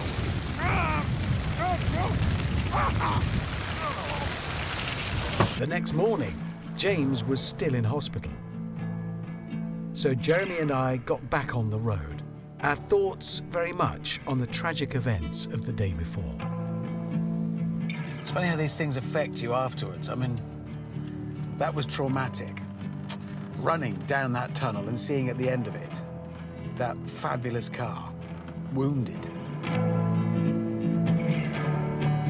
Just thinking, Hammond, you know, you've crashed countless cars over the years, and it doesn't really matter because they're just metal and plastic and glass, but the Evo's more than that, isn't it? Yeah, it's not a car that you crash or ding in the usual way. It's a car that gets injured because there's so much passion wrapped up in it from a lot of people. And what's worse for me is I've lost my playmate. Yeah, I've lost my car's natural sparring partner, the one car that could keep up with it, live with it. I'm in an Audi Quattro. It's not an Audi Quattro, it's not a rally car. Stung by Hammond's criticism, I made a proposal. What if I could find a rudimentary wilderness workshop and turn it into a rally car? All right, well, if you can find one and do that, I'll do the one thing I can do to improve my car and give it more power. Then we're on. So if I yobbify my car and you up the power of yours, then they become natural rivals. Then we are talking. Right, sat nav.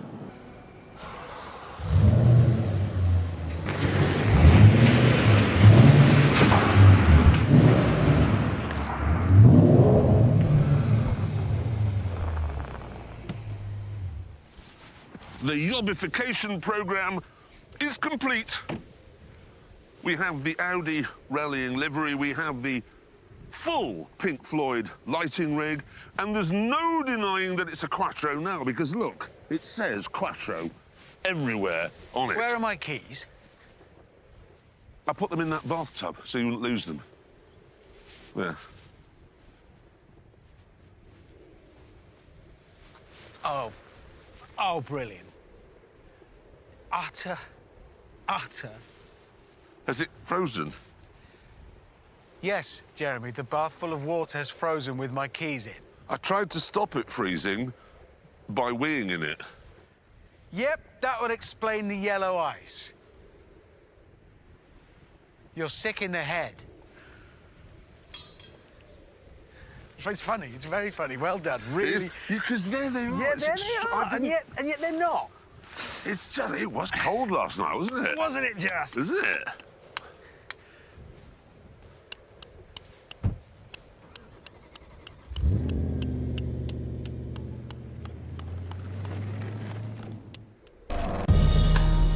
Having eventually freed my key, I was able to savour the fruits of my labours.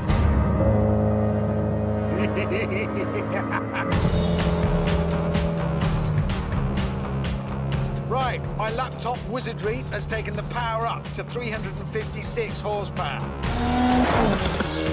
I've upgraded the exhaust, as you can hear. Induction air filter kit, launch control, anti-lag on the turbo, and the best livery of all.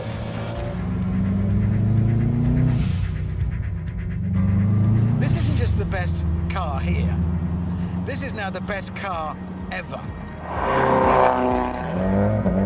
I am like a dog with 2 dicks and a super yacht. I'm strangely conflicted because I desperately want him to be in the Volvo and I desperately want him to be in the Evo. Yeah, I know what you mean. I want him to be in the Volvo because he deserves to be in the Volvo, just for hurting the Evo. Yeah.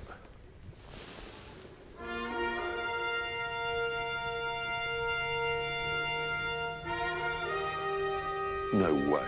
Oh, wow. No way.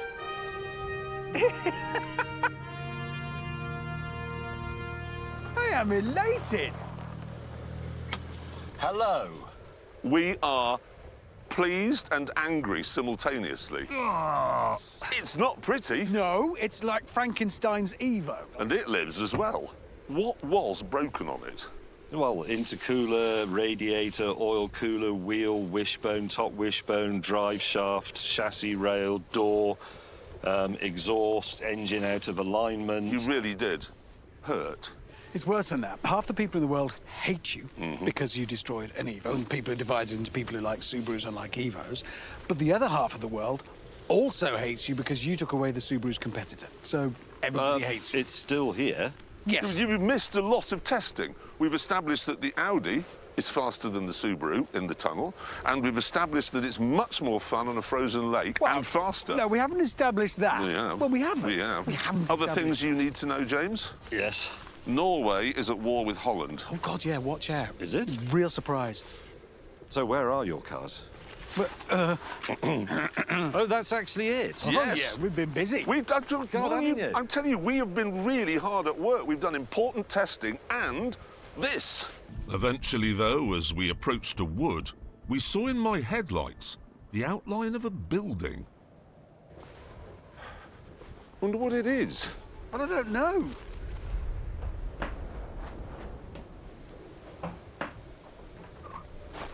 This is like a survival hut.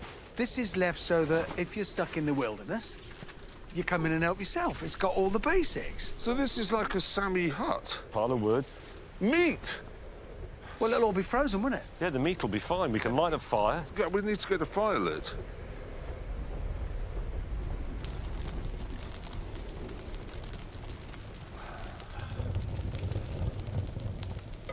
You're still going on about your ribs. Hello, look at this. Oh, bollocks. You massive What, tit. you dropped it? Yeah, but it doesn't matter. Yeah. Meaty treat. Oh, bloody hell, that's fabulous. Isn't it? Yeah. We've had a little adventure out in the wilderness. It's true, we are living a wilderness lifestyle. We could be eating Rudolph, and who were the other ones? Donna and Blitz. Who were the other reindeers? Flatulence, ballbag, and stingray. Steve. Robert. Rudolph, Yeah. Donna and Kebab. Alimony. There wasn't one called Alamut. Bob.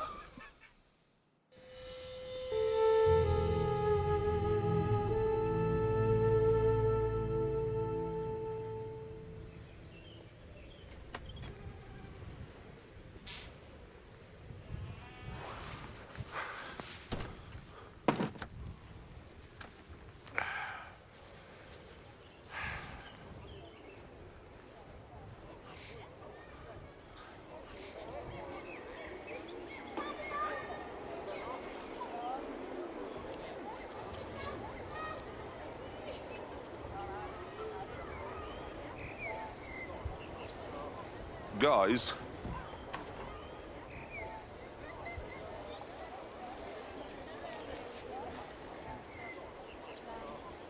What the hell's that? this turf hut is the central part of the camp. One of these was all. We've slept in a museum exhibit. It's a gift shop. Jesus. And they've got little... They're petting reindeers. No, wait, they don't know No, they that we've been in there all night. I haven't got any trousers on. Might I suggest you go and put some trousers on? Yeah. Go and pack up. Because what I'm going to do is sidle back to the cars. Oh, I enjoyed looking at the hut. Yeah. Did you? That was interesting, I think, Yeah. Hammond. Yeah, I've really Well good worth look. 10 or 15 minutes of your time, isn't it? Again, we thought we were in the wilderness.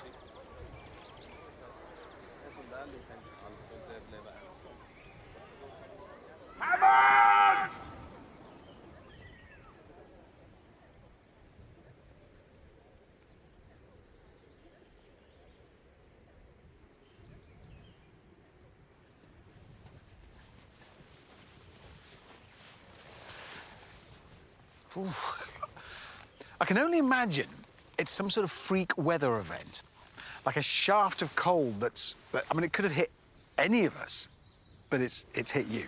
Like, if you get hit by one of those blasts of ice around these parts, it's a lucky... You did this. Because I put your keys in ice, you put my entire car... How did you do that? Slowly and whilst grinning. Sorry. It's pretty, though, isn't it? Look.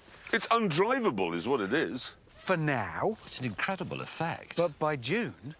You are going to help me get the ice off that car. I am. And also, I'm not.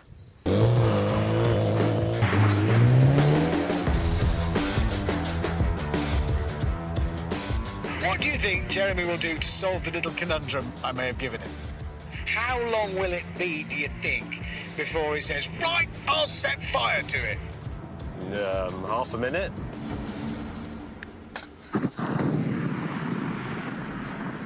Yes! Good. Morning. This is going to take forever.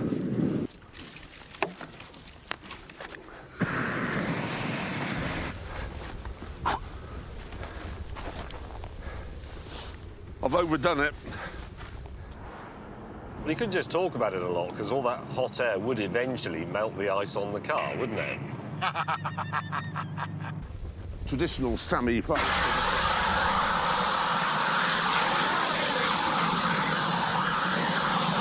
Funny, I don't generally go for pizzas, but sometimes... Oh, hello. You made it. Well,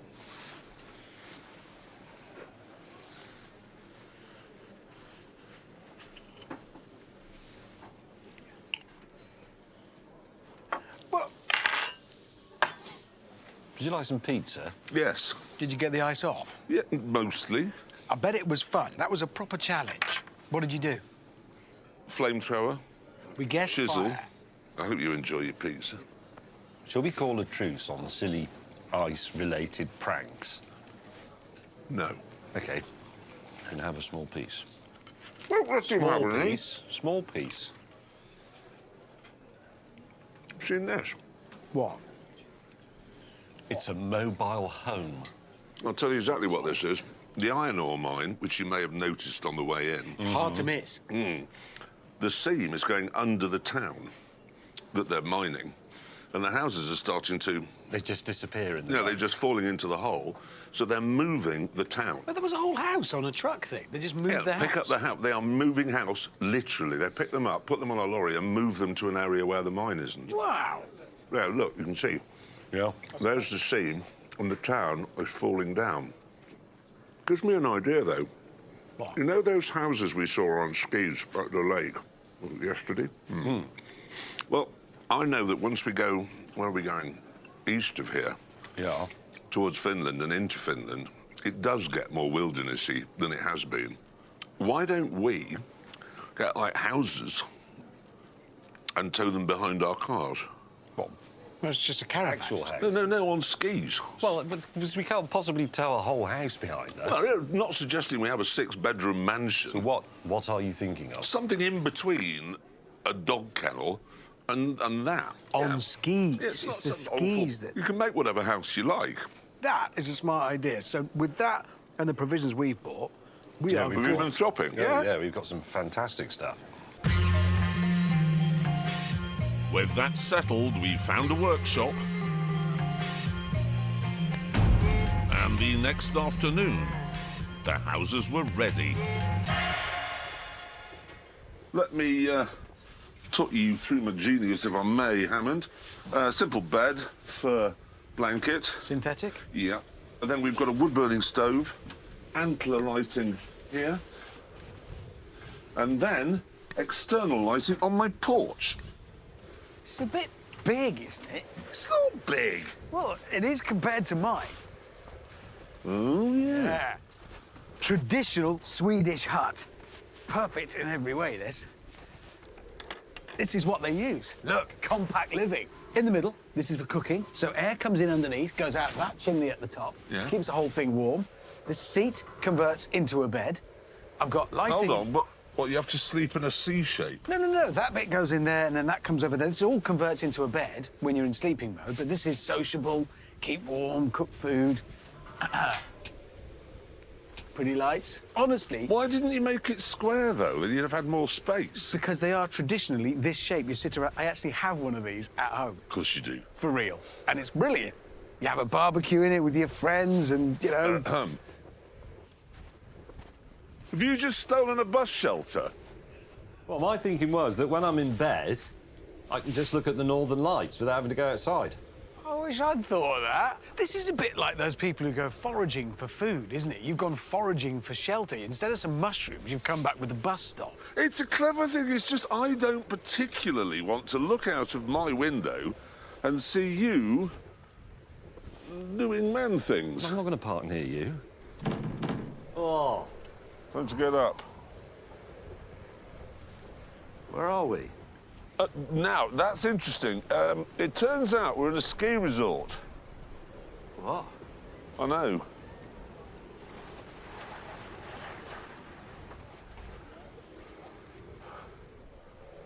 Jeez.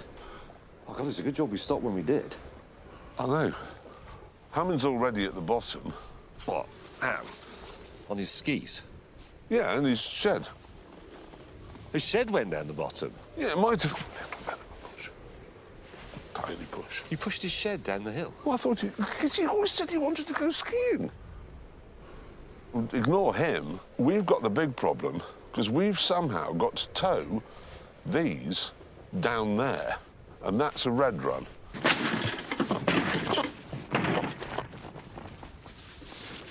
Actually, I had the big problem because my house was now ruined and I needed to get up to my car. This meant using the pulling thing that skiers use, and the problem there was I can't ski. Listen, what we've established is the Audi is the only car that can pull a sledge down a red run. And set it on fire and destroy it. Yes, but it's the only one that did it. Yours didn't. I'm doing a thorough test on this car, and actually, to be honest, early on, May was doing a very thorough test on the Evo. So come on, Hammond, show us how fast the Subaru goes.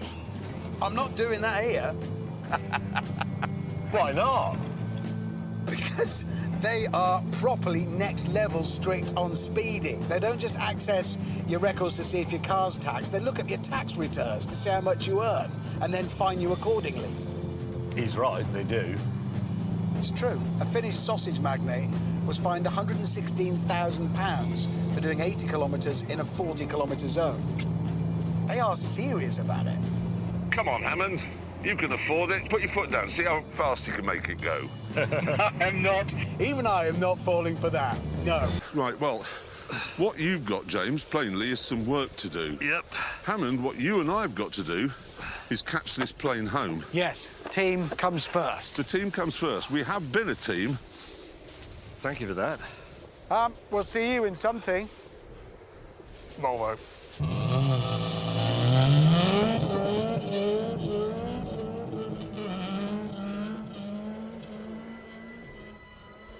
If I can liken them to dogs, and I think I can, the Evo is like a rescue dog that's been appallingly mistreated by its irresponsible owner, and you sort of love it for that.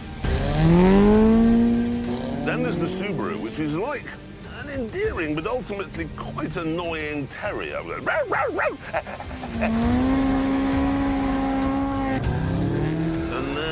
the Audi Quattro, which is like a Labrador.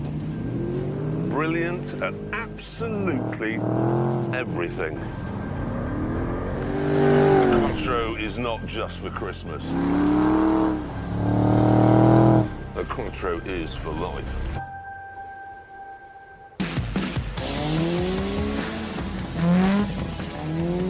I'm not saying the Subaru can do everything, adapt to fit the captain of industry and the bar brawler within you. It doesn't.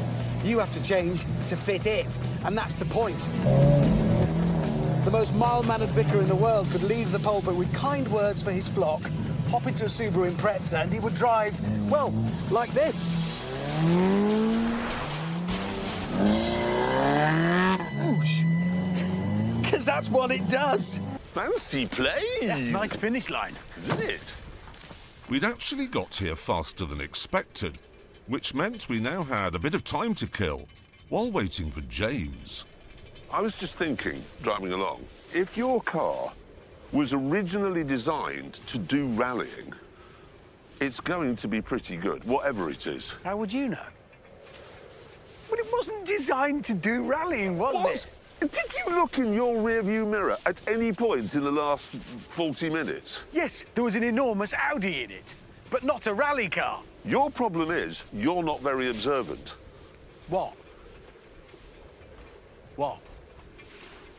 Did you do that? Yes. Have you done the doors as well? Yes. Oh, bloody and hell. your windscreen. Oh, come on. I thought I looked cool You giving did. it... Yeah. No, I Everyone's didn't. going, there's a Martin Clunes fan. Or Martin Bashir. Revelations dealt with, we then waited to see what James would arrive in. And a short while later, Is that him? And if it is, What's he in? Is it the Mitsubishi? Or is it the Volvo? is that the Volvo? It was the Volvo. And I wasn't in it. Where? Oh, my God! Yes, what a car! That is extraordinary! How the bloody hell is that possible? It's badly wounded, but it's here. Show to Jeremy, Richard, James. Why have they gone down there? They're getting further away. I'm losing them. Guys, you're supposed just to taxi round. What the? They're not supposed to be on that. That's a prop. They're not supposed to take off. They're supposed to be on that one.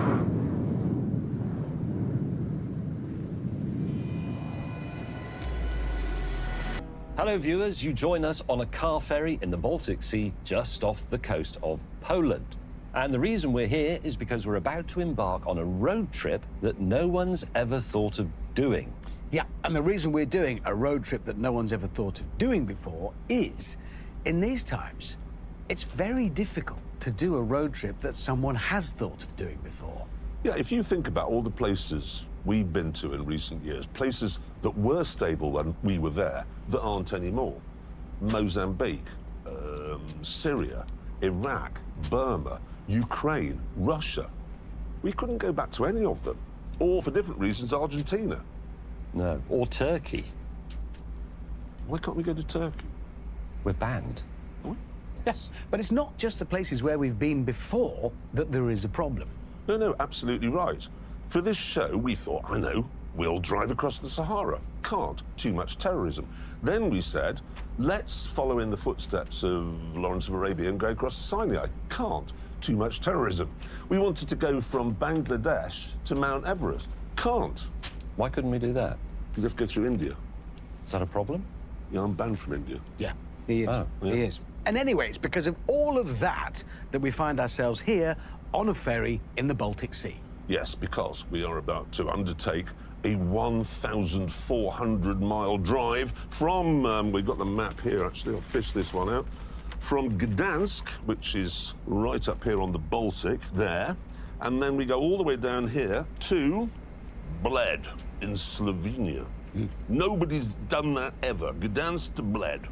And having decided to do a road trip that nobody's ever done before, Mr. Willman chimed in and said, OK, but you've got to do it in cars that nobody's ever used to do a road trip before.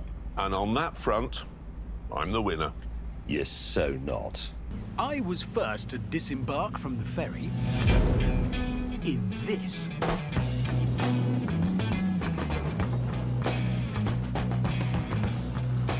A pickup truck with a folding roof. Yeah, I know. A convertible pickup truck sounds a bit like a bulletproof tea towel. Why would you put those two things together? But that's what this game is about. Unique. Nobody's ever done this. At this point, Cruella de Vil arrived.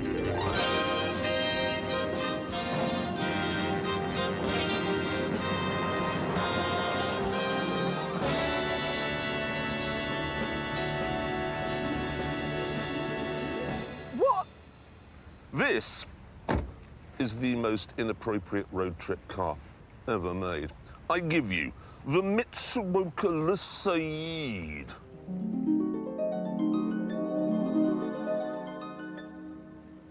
It's the most inappropriate thing ever made. No, you say that. It's actually a work of genius because what Mr. Mitsuoka did was he took the engine from a 1990s Nissan Silvia, an ordinary two-door Japanese saloon car, and the gearbox and the interior and all the electrics, kept them as they were, and then fitted this flamboyant body.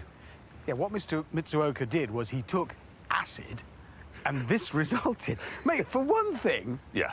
wheels. Ah, yes. The ones at the back are hiding, and the ones... You're steering the car in front of you. Yes.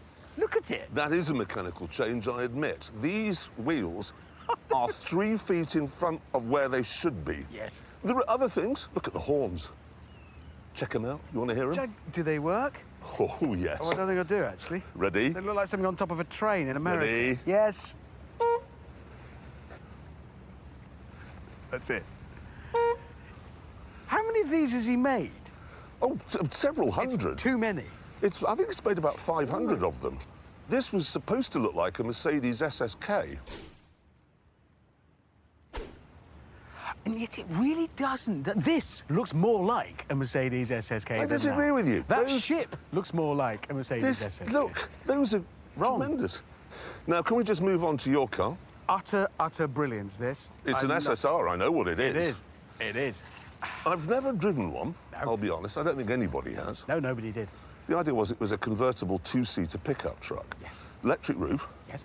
The roof goes... In there. Yeah, so it's not really a very good pickup truck. It's not very good as a pickup truck, but it's very bad as a sports car. Yes. Convertible. Heavy? Oh, yes, about 2 tons. It's Yes. absolutely hideous, isn't It's it? glorious. I love it. We then speculated on what James might be using.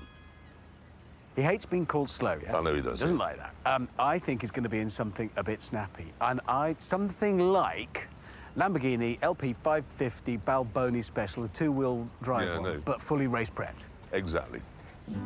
It then turned out that we were absolutely wrong.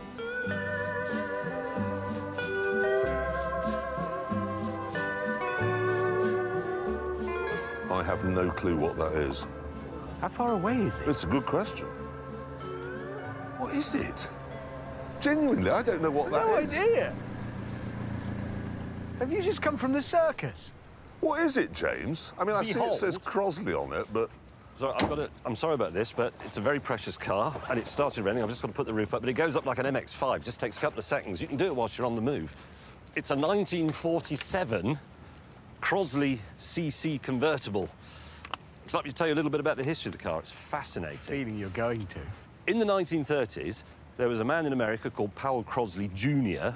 He made his fortune out of domestic appliances. He was the first person to build a fridge with shelves in the door, something we all take for granted now, you see. And he looked around and he saw that everybody in America was driving really massive cars, and he thought that was ridiculous. So he decided to use some of his fortune to make small cars. He famously said, if you're crossing a river, you don't need a battleship. And he decided that he'd sell his cars in his shops alongside his domestic appliances. And that's why this car is only 4 feet wide, because it has to go through the door of a shop. All good thinking, actually, on the part of Mr. He Crosley. was a genius. However, I have produced larger and more attractive bogies than this. What is the motor? It's a 4-cylinder, 724cc engine developing 26.5 horsepower. No, hold on. How old's this? 70? 1947. So it's something 70-something years old. We've got to assume most of those have got 12? 14. 14. Max. By now. A lot of those horses will have James, died. did you hear the words 1,400-mile road trip? And you've got, if you're lucky, 14 horsepower. What did you pay for it?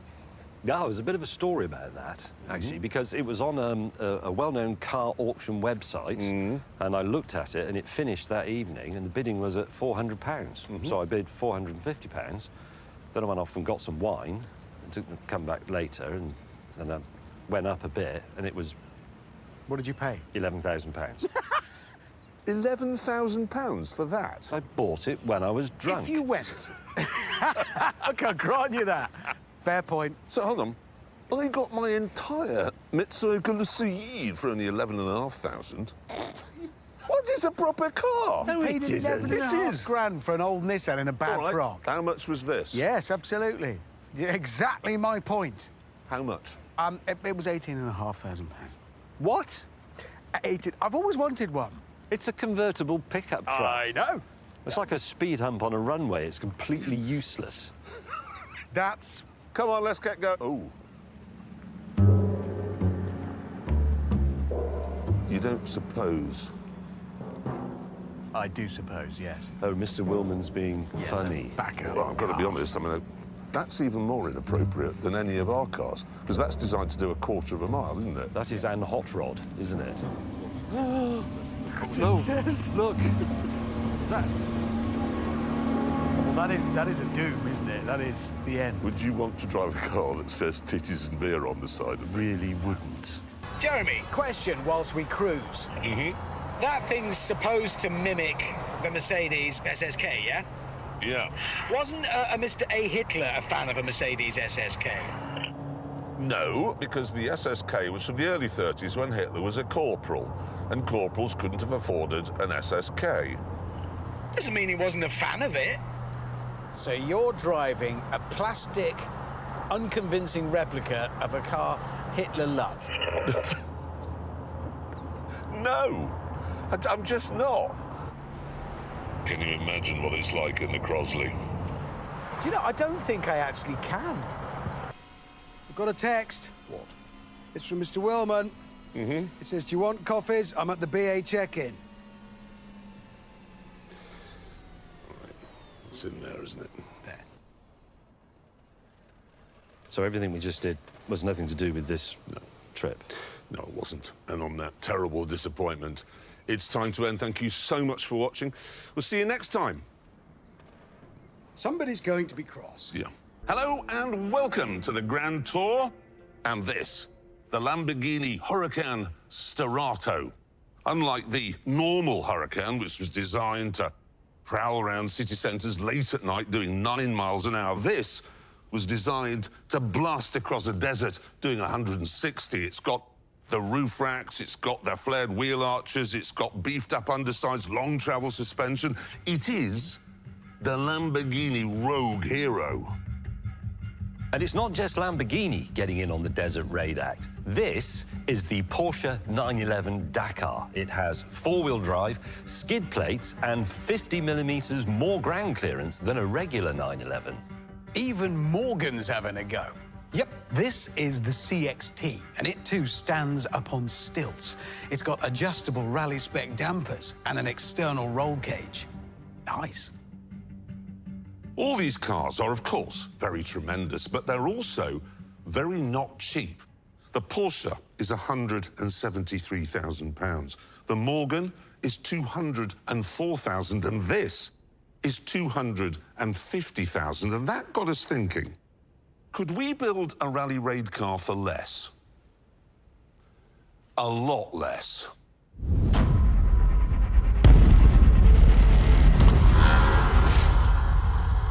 Right, let's have a look at what we've bought. And I went for this, a Maserati Grand Cabrio, for which I paid just under £26,000. Richard Hammond has bought this. It's an Aston Martin DB9 V12 Volante, which cost him £22,000.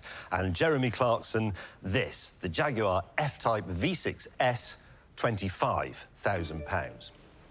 And needless to say, we've just had a text from Mr. Willman. Go on.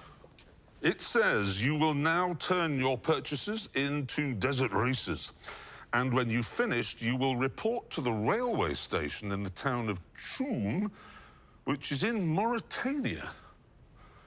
Where's Mauritania? Perhaps he's misspelt Mauritius. Well, it isn't anywhere. It's not a real place. Well, Mauritania. What are you on about? Oh, come on. The Lion, the Witch and the Looking Glass, Alice through the wardrobe, all of that. You go through the back of the wardrobe, you say a cheery hello to the talking lion as you pass in, and you watch out for the people running about with playing cards on as tabards. You've got C.S. Lewis echoing around in there. Yes. Lewis Carroll. They were not travel books. You don't think this place exists? There's no such place as Mauritania. It turns out, however, there is such a place as Mauritania. It's a former French colony in West Africa. And this is what it looks like. 2/3 of this vast country, it's 4 times bigger than the UK, has been buried by the Sahara Desert, which means that for the most part, it is mile after mile of nothing and nobody.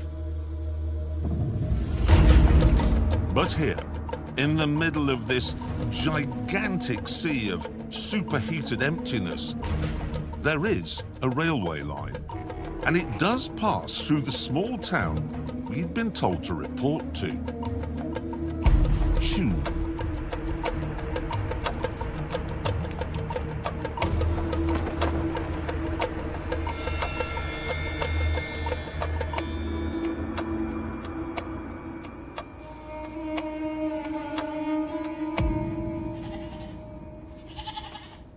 I'm told you get a lot more for your money in Mauritania.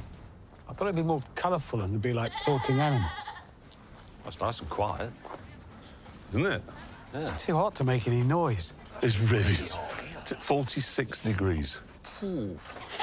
It's a dry heat, though. Don't say... I hate that. I hate It's people just, that it's just heat. hot. Oh, there's a restaurant. Where? It's got a... Oh, no, we can't get a beer. What? Dry country. What? Mauritania's dry. Seriously? It's Muslim. What kind of fairy tale land doesn't serve gin? I do have some mildly alcoholic hand sanitizer, if that's any good. Keep all there. Can I just say how nice it is to be back doing the Grand Tour, proper Grand Tour? Yeah. You know what I mean? Yeah. Somewhere dusty and, in this case, imaginary. Is this man coming to do some panel beating on this van? I know what this is. It's a van. It's a really old, broken van. Mr. Willman said before we left, he said, I've provided a backup vehicle for if one of your cars goes wrong. Why has he sent a van? And he says everything we need for this trip is in the back of the van. Oh, it's open. You are sure? You're not just nicking somebody's livelihood? No, he said. He said. But it does beg the question, how do you suppose our cars are going to go? You know, he said he'd deliver them for us. The van had plainly been bought locally, and we'd arrived by air. So Hammond reckoned there could only be one possible answer. So you think a train's going to come along here with our cars on it? Well, a train, I mean, this is a likely spot to see a train, isn't it? Yes, I'll grant you that. Yes, and the only way in and out is, well, train. How else are they going to get? As there were no automated departure boards to tell us when a train might arrive, we settled down for the wait. Have you seen how many empty plastic bottles of water there are here? Many. It's just, look, 1, I mean, 2, 3, 4, 5, 6, 7, 8, just there, 9, 10. Yep. I would find the manufacturers and simply kill them. It's harsh, but it's, I mean, it is a mess, and they are going to be here for a long time, aren't they? It's Forever. a waste. It's not often you get to wait for a train just by the tracks, is it? No. You couldn't do this in Paddington. No. What if it doesn't come? What if our cars aren't on it? There, Where? there. That's it. That's got to be it. Yes, you're right.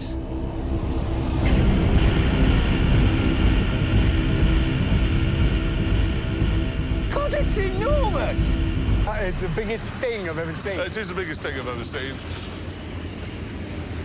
Can you see cars? No. I can see, I'm tall enough to see iron ore, iron ore, iron ore. What's that? People. Chaps, that is the guards van. That is the end. Yeah, but look what's in front of the... We're in front of the guards van. Yes, look, look. That's a flatbed one. That's a different type of carriage. That's like a flatbed. What? There's 3 things on it. So, They are the cars. The train came to a halt, and as we assumed it would be setting off again quite soon, we had to work quickly to get our cars off. So what do you do? I don't know. what normally happens with cars on a flatbed like this, on a Hornby railway, is you put it in a siding with a ramp, and then you drive them onto the ramp and down. Yeah, but they've got the guards van behind. Yes. He's not going to set off without his guards van, is he? No, so that all goes presumably back to... There must be a Well, how turnout. does it go? We can't push it. So there'll be a shunter. This is basically a full-size train set. There'll be a shunter on the other line. That's how railways work. Having found a shunter train, James spoke to its driver in his best French. Buonasera. Posso il tuo shuntero? That sounds a bit... No, that could be James coming with a shunting engine, fully erect. If he's driving it, yeah, he'll have Well, even if he's on it, he will be more aroused. Shunting engine. He's on it! On the shunter. Properly 3-legged old man went past. Oh, yes. Is this the best day of James May's life, all of a sudden? He's got an entire railway network. Full-size train set. You've never had a Hornby train set, you'll know exactly how this works. There we go. Oh, here he comes, here he comes. With a train worker approaching, it was now my turn to roll out the French. Monsieur, Merci, oui. je voudrais vous, you to uncouple. And meanwhile, here comes James. I was just coming to see which bit you were... I don't know. I've never seen anybody happier than your That's face. great. when you No, went- he's Oh, got go on, to so- get on it! On away! Horror! One. Here we go. At the wheel of his big blue shunter engine, James pushed our cars and the guards van into a siding, detached the car wagon, So now, forwards. Release brake. and then reattached the guards van to the train, which, having taken on more passengers, set off again. Au revoir! Au revoir! Au revoir, mes amis! With the sun setting, we then had to get our cars off the wagon, which meant firing up the station's extremely old and broken telehandler and deploying my farming skills. Tiny bit more. Stop. And Hey, is this the first time we've ever done anything, well, tried to do something properly? We haven't done it yet. Tiny bit more. That's it. I then set about retrieving the other two. I think your car might be heavier than mine, James. Down you go. Down. Tell me when I'm clear. I think you're all right. That'll do. Hey, we've done it. We've got all 3 cars into Mauritania.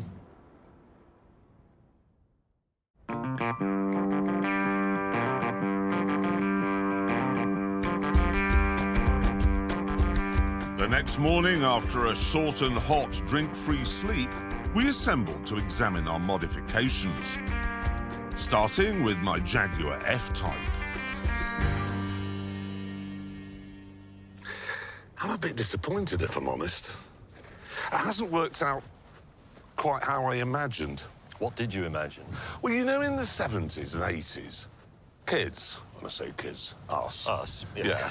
You'd buy flared wheel arches for your Escort, and then you couldn't afford to buy big enough wheels to fill them. Yes, net result, it looks ridiculous. And then when you come round It's the back... roughly 18 feet wide at the back. If I hadn't bothered with the wheel arch... Why did you put the wheel arches on, given that you haven't got wheels to fill them anyway? But, despite everything, it's still an... Oh, that's good, actually. Says Jet. I've changed the badge. No, you've changed the badge. And then I've got the hornbill on the bonnet, because I've lifted the air filters up. Yeah. Then I've gone for the Stratos light pack. You're busy explaining your ugly baby, aren't you? These are aesthetics. Yes, and when it comes to aesthetics, Hammond, you're on very, very thin ice. You are, actually. Hold on a moment. No, there is no holding on a moment. You've brought a Metro cab. Do you want to know what it is? It's an Aston Martin DB9, Yes. ruined. The ruined is what you should call it. Mine is mildly spoiled. Yours is totally ruined. Noise, noise, noise. Headlines. It's an Aston Martin you can live in. That is a tent. It folds out. It's a house. I live at number 1 Aston Martin Street. That's Yeah, a tent. That's a tent.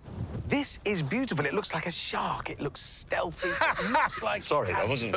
It's filled with potential, and that potential is to live in it. And why have you given it carbon fibre Because- breasts? Because I've raised the air intakes at the front. Oh, so it's the same as my hornbill yeah, arrangement? yeah, so that's what that's doing. And then I've raised the suspension. You've got your lighting rig. That's enough. Can I say we will go and look at my car? No, I don't want to talk about your car. No, you do, because... No, I don't. This way... Well done, James. That is unquestionably It does look a better than good-looking it car. did. It does. You've even put nice stripes on it. I have. I mean, I've never liked the look of this car. But now you do. That actually is improved. Where's your... How have you got your air filters up? Actually, the bonnet is different. This is a sort of facsimile of the MC bonnet, if you remember the gigantic mid-engine supercar, and it has extra vents in it, and it has a slot there. This is like Christmas morning and you got a better present than me. I don't feel very good. It's exactly what it is. I'm so cross that your car looks better than my car. Well, of course it does, It looks damn near as good as mine. And what's with the roll cage? in case it rolls over. So, oh, hang on. Uh-huh. Here it is. Text? Text from Mr. Willman. Go on. You have driven across deserts in the past, but this is the big one. This is the Sahara, the biggest desert in the world. And you will now drive across it for 1,000 miles to the beach in Senegal, where the Paris-Dakar used to finish. Wait a minute, we are doing the Paris-Dakar. This is boy's own dream. No, This hang is on, it's actually better than that, though, because we don't have to do the boring bit from Paris. We're just doing the... Just do the deserty, desert exciting bits you want to do, the best That's bits of the quite epic. Paris-Dakar. That is legendary. Gentlemen, this might have something to do with why the Paris-Dakar no longer happens in this part of the world, because there's more. You are currently in a Foreign Office red zone. The government says terrorism cannot be ruled out. And over the border in Western Sahara, there's a small war going on between separatists and the Moroccans. We've even had to warn the Moroccan Defense Ministry about our presence here in case they think our crew vehicles are an assault force and attack. So behave yourselves. I'm just going to give it a rest. How many gears have you got? One. Which one? I don't know. Absolute catastrophe. Right, fuel. I've no idea if I need it. I didn't have... Oh, you've got no dials? I've got nothing! Oh, it does that as well. I don't know what that is. You never heard Bond's Aston sounding like that, did you? Sounds brilliant. How fast were you going, Bond? I don't know. Speedo were broken. I only had one gear. Do you know what? What? We've been here 3 days. Yeah? I must have drunk 60 litres of water. Easy. I haven't peed once. And now, I think this has encouraged it. I can feel one coming. I'm going to go for a slash. I haven't had a pee. No, I don't need it. It's, well, the sun has boiled it all out of us. But... It's It's actually that. got... No, genuinely, I haven't had a pee since I got here. I'm going to go and have one. But I'm going to try, as it has I been a definitely while. still don't want one. After a few minutes of assuming the position, we finally had some sort of success. You know, you get those charts that tell you the colour of your pee, tells you how healthy you are. Yeah? This colour's not on that chart. This is just a thin stream of hot sand falling through a milk straw. Mine's like a stair banister. I could actually pull it. It's made of toffee. Might do that again in another week. Ah, my seat is so hot. Ignition on, dashboard off. It's working. Do I have drive? No. Yes, I do.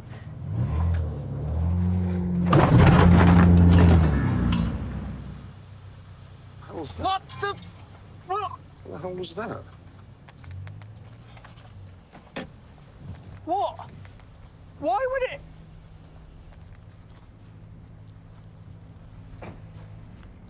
Why did you tie it to the fuel bowser?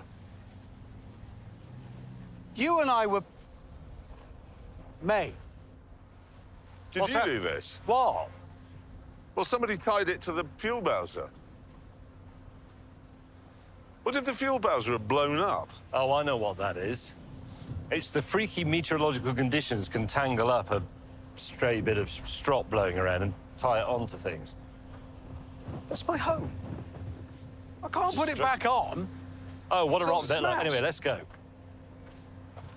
That means we're going to have to look at an Aston Martin DB9 driving through the desert and not a metro cab. This is bullying in the workplace. I didn't do it. I was having a piss with... Well, I wasn't a piss. I was ejecting some Rolos from my body. That's a beautiful car you've got there, Hammond. Shut up. What an invention. Now, looking at it, savouring it, is as enjoyable as drinking it. Look at the condensation on the glass. Look at the bubbles. Look at the... Savour the anticipation. Because in my mind, it's as good. And visually, this is a good experience. Orally, it's annoying. It's annoying. I'm just seeing beauty, hearing bollocks. Obviously, we decided to have more than one. So, as Hammond was getting the next round in, I slipped out to his car for a bit of Terminator-based mischief. If I Bluetooth my phone to this speaker and hide that in Hammond's car, I can play messages to him, and he'll think his car is talking to him.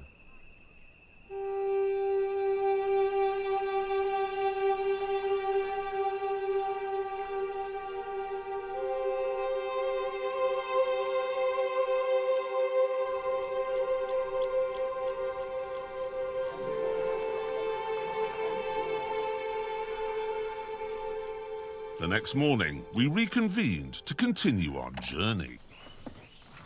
Right.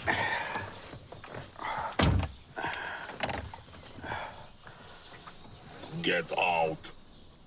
Get out. The hell's that? My car just told me to get out. No. Told me to get out. I must admit, I'd tell you to get out if I was that car, but Get out. You heard that? I did hear that. Well, that is weird, isn't it? Were you in its computer the other night? Yes. Well, that's what's gone wrong, isn't I was it? deeply intimate with it. Anyway, forwards. I knew it. Child. Text message from Mr. Willman. Before going into Dakar, you might want to check your news feeds. Really? BBC News. Climate change, climate change, climate change. Floods, climate change. Try Twitter. Oh. Oh, Christ. Hang on, come in. Why have you stopped? Why have you stopped? Willman just said check your news feeds. That's Dakar. What? Dakar, there's proper major riots. It's kicked off. Oh, jeez. What's that about? God knows. It's some political, I don't know, There's a lot of it. I know there's a lot. And it's burning buses. for Oh, Dakar. God. Have you seen this? No. Dakar is properly kicked off. They're gun battles. And there's fire. There's a bus on fire. Yeah. Right.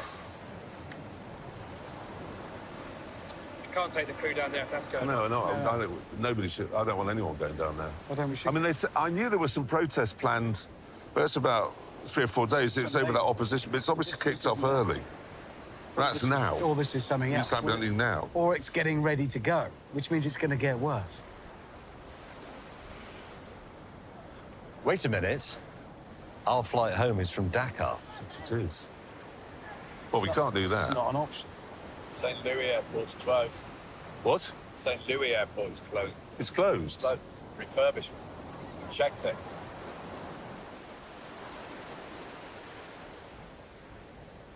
That means we've got to drive back to Nouakchott. Seriously, is that the only option? Well, I'm not going to Dakar. Come on, it'll be fun. Wait, it's a there and back rally. Right then.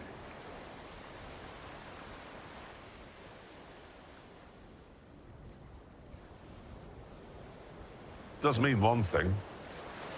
I can use the traditional ending. And Yes. on that terrible disappointment, it's time to end. See you next time. Thanks for watching.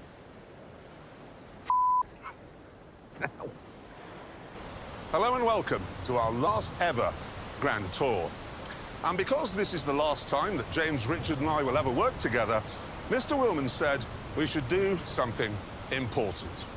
He said we should each buy a medium-sized electric car and then see how many laps of the M25 we could do in it on one charge.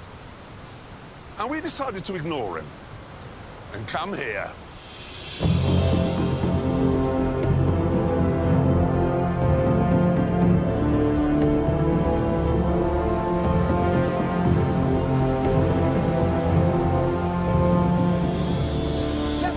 So welcome, everyone, to Zimbabwe.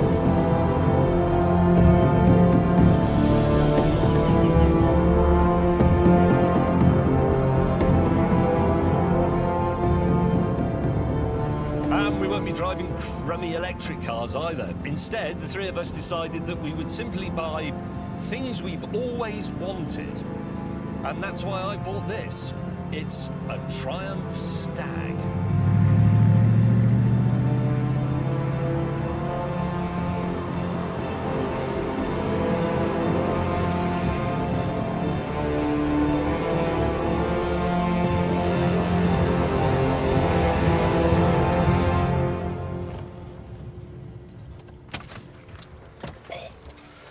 I've always loved the Stag. I've loved it since I was a small boy. But I never actually thought I'd own one. To be honest, I didn't think I was allowed to own one. Only people like David Niven could own a Stag. I'd never even driven one, in accordance with the rule that you should never meet your hero. But now I have, I'm delighted to say, it's absolutely lovely. Oh, yeah. At this point, Lewis Collins arrived. Oh, yeah. Yep. I am now the proud owner of a 3-litre Mark I Ford Capri. Is it a GT? No, GXL. Why didn't you get a GT? Because this is better. Not really. Before I had a chance to argue, Clarkson arrived, having already made a mistake.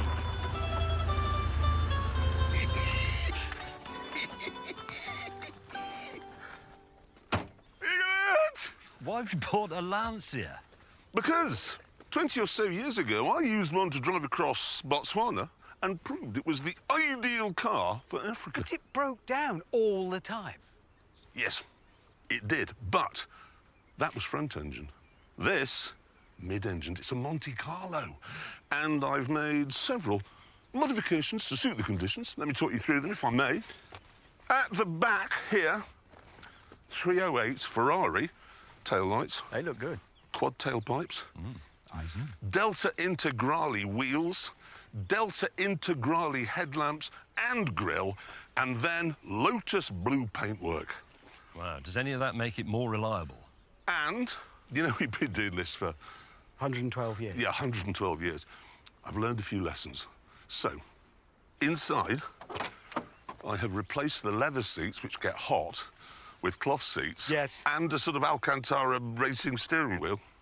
And, you look down there, I've removed the glove box and replaced it with... Is that a fridge? Yes, for my cold beverages. From a zesty drink fridge. Wow. It's actually quite good. Does any of that make it more reliable? No, but I'll be more comfortable. You will have a cold drink whilst you wait at the side of the road. Yeah, it so makes I like the your many thinking. breakdowns more bearable. No, it's pretty. It is absolutely breathtaking. Beautiful. I've modified my Capri too before shipping it out. Have you? I have, as you can see, painted the bonnet black because look at it. It's beautiful. Is it a GT? No, GXL. Why didn't you get a GT? Because this is better. It isn't. Well, it is. It's like a GT, which is good, but with more, which is better. Mm-hmm. What? I remembered that from the GXL because they put the wood look dashboard in it. Correct. I think we've discussed this in the past. The We have. GT is for sport, the GXL is for meetings. This is exactly right. You need to understand your Ford badge hierarchy. My dad had a GXL Cortina because he was a managing director. My dad had a GXL Cortina. Both of your Yeah. dads, powerful, influential men who picked from the very top of the tree. And you know how it's almost become a running joke. My stereo has never worked on Yeah. any one of these trips we've done. Well, Yeah. this time it does. Bear with. Wait for the lyrics. Used to be a DJ on Doodles. Here they come. Now. Mark 1 Ford Capri. Voila. Got everything I need, which it has because it's a GXL. I do like a Capri. You've got to like it. I It's like the a Capri law. GT. Everybody likes a Capri. Modifications, James, to your Stag? None. What? None whatsoever. Why Oh, would wait, you? wait a minute. You're not telling me it's still got the original engine? It has. Mr. Clarkson raises a good point there. It's not every single Stag, but most Stags, I would guess, have had the original engine taken out and the Rover V8 put in, Yes. which is more reliable. Yeah. The original Triumph Stag V8 is incredible because it's found so many ways of overheating and destroying itself, because it's not just one. Casting sand left in the blocks fills the galleyways and then bang, overheats.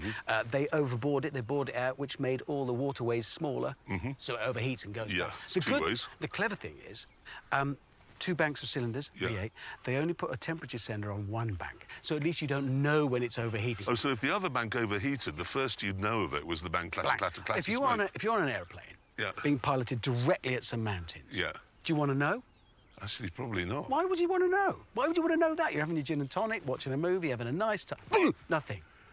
I don't want to raise that submarine because that's sick. But they didn't know. Hey, this is the last programme Yes. we're ever doing. Well, I We mean, don't give what- a anymore. How much solace did we take from the fact that they didn't know? It was, oh, we're having a nice time under the sea. Boom! Yeah, Nothing. exactly. You can write.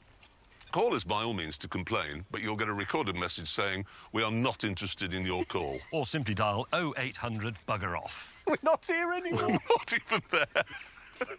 We can say whatever we want. Well, how do you open the bonnet on this? Round this side. Look at the wear on that handle. It's worn the badge off with the picture of a bonnet open. Pull it from the middle.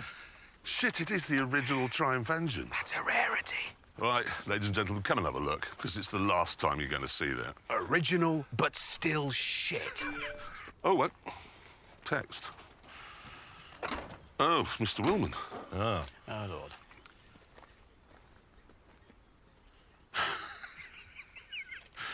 Now that you've charged your electric cars, you will report to South Mims Services. Doesn't know we're here. It doesn't. And it doesn't matter anyway, because actually we've already worked out a challenge on our own. We are currently on the far eastern side of Zimbabwe, and we're going to travel 1,200 miles to the far western side. And that's it. That's it. Just one thing still concerns me. Mountains, you've got to all that. Well, I'm not worried because this, let's not forget, this spawned the 037 Lancia, which was the last two-wheel drive car to win the World Rally Championship, beating the Audi Quattro. There wasn't a lot of that in it, was there?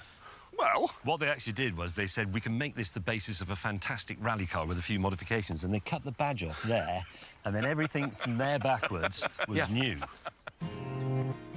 With no further ado, we fired up our 50-year-old sports cars and set off to cross the rugged heart of Africa.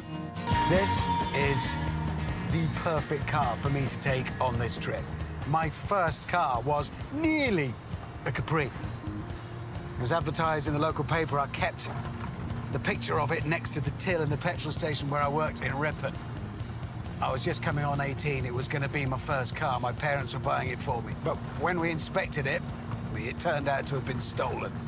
So I got an old 1976 Toyota Corolla instead. For a trip like this car's perfect. It's light, just a shade over a metric ton, plenty of grunt and power. 3-litre Essex V6 up front, rear-wheel drive, brakes. That's it. I love that the rev counter says 1,000, 2,000, 3,000. It's got the thousand. It doesn't work, but if it did, you'd see it indicated in thousands. I guess that sounds better.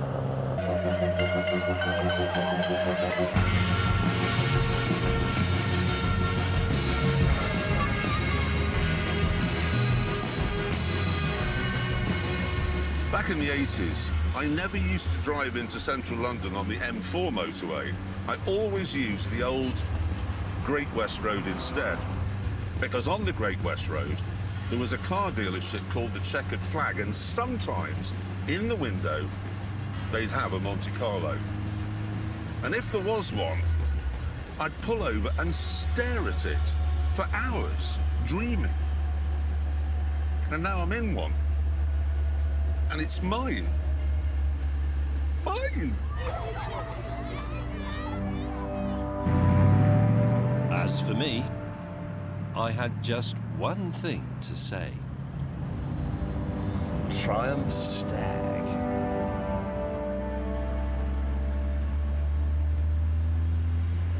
Holy moly, look at that view!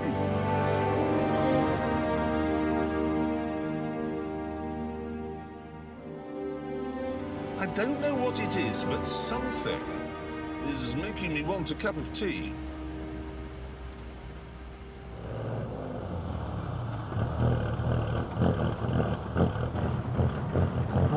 What's that about? Oh, you're joking. Chaps, no other way to put this other than I'm breaking down. I'm sorry? Oh. Oh, this is exciting.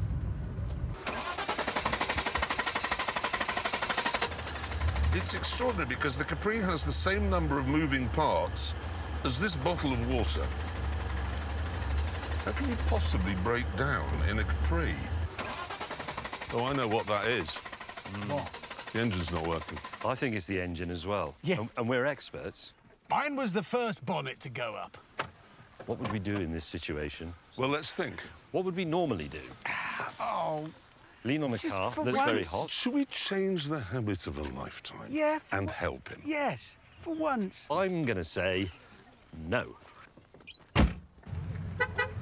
Bye. Still a bastard after all these years. It's even a perfect temperature, isn't it? It's pretty special, isn't it? That's Mozambique. You see those mountains there, the far ones, they're Mozambique. There was always a reason why we couldn't come to Zimbabwe. All those years we're at the BBC, we couldn't come here because the BBC was banned. Yeah. Because if you think about today, got up in a very agreeable place, drove on a very agreeable road, to a very agreeable hotel. It's better than Mr. Willman's idea, isn't it? Why have we listened to him all these years? I don't know. Although he will argue that without his presence, 2 of the cars went wrong within the first 25 miles.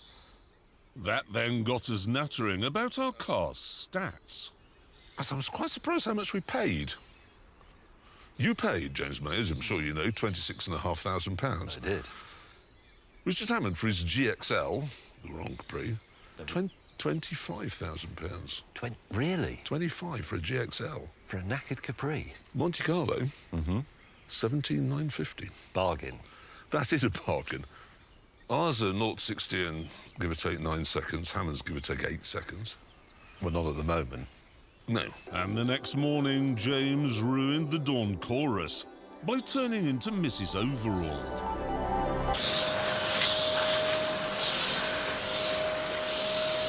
Morning. Morning. How empty does your mind have to be for you to think, I could look at the view and listen to the birdsong, but instead I'm going to vacuum my car? I've been up for 4 hours, looked at the view and listened to the birdsong, and now I've made this thing of beauty more beautiful. Oh, hang on, sorry. Guess what? Text from Mr. Willman. Go on. Oh, he's cross. Has he rumbled us? I think so. Right. I've just found out you've taken 3 classic cars to Zimbabwe. And as it's fairly certain one of them will break down, what do you have? Yeah. I've asked my local contacts to send you a backup car. Really?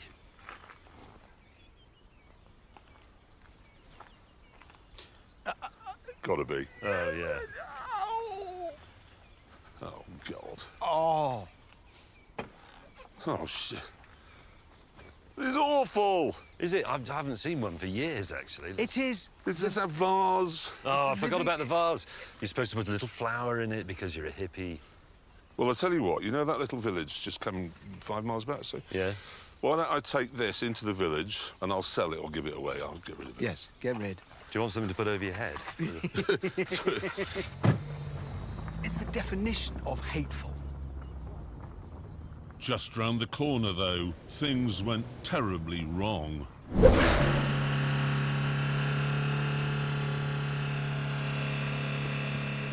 Hammond, I am in a right old pickle here. What's happened?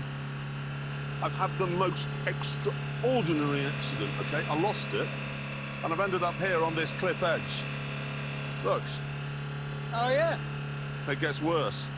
A brick is now on the accelerator, the engine's screaming away. It's in gear, it's in first, and there's a Brum handle holding the clutch pedal down because it's wedged against the seat. Wait, so everything's okay? Well, yes, except somehow, God knows where it came from, a bit of rope has attached itself at one end to the Brum handle and at the other end to that dog. Jesus. Now, at the moment, the situation is stable, but over there, as you can see, James May is opening a tin of dog food. Now, if the dog sees that, we're in a world of trouble, and I just don't know what to do. I can't think of a solution. Wait. I've got a plan. No, it won't work. Have you got anything? I got nothing. Don't notice James Maynard. Don't notice Jim. Look at me. Don't look at me. Oh, no!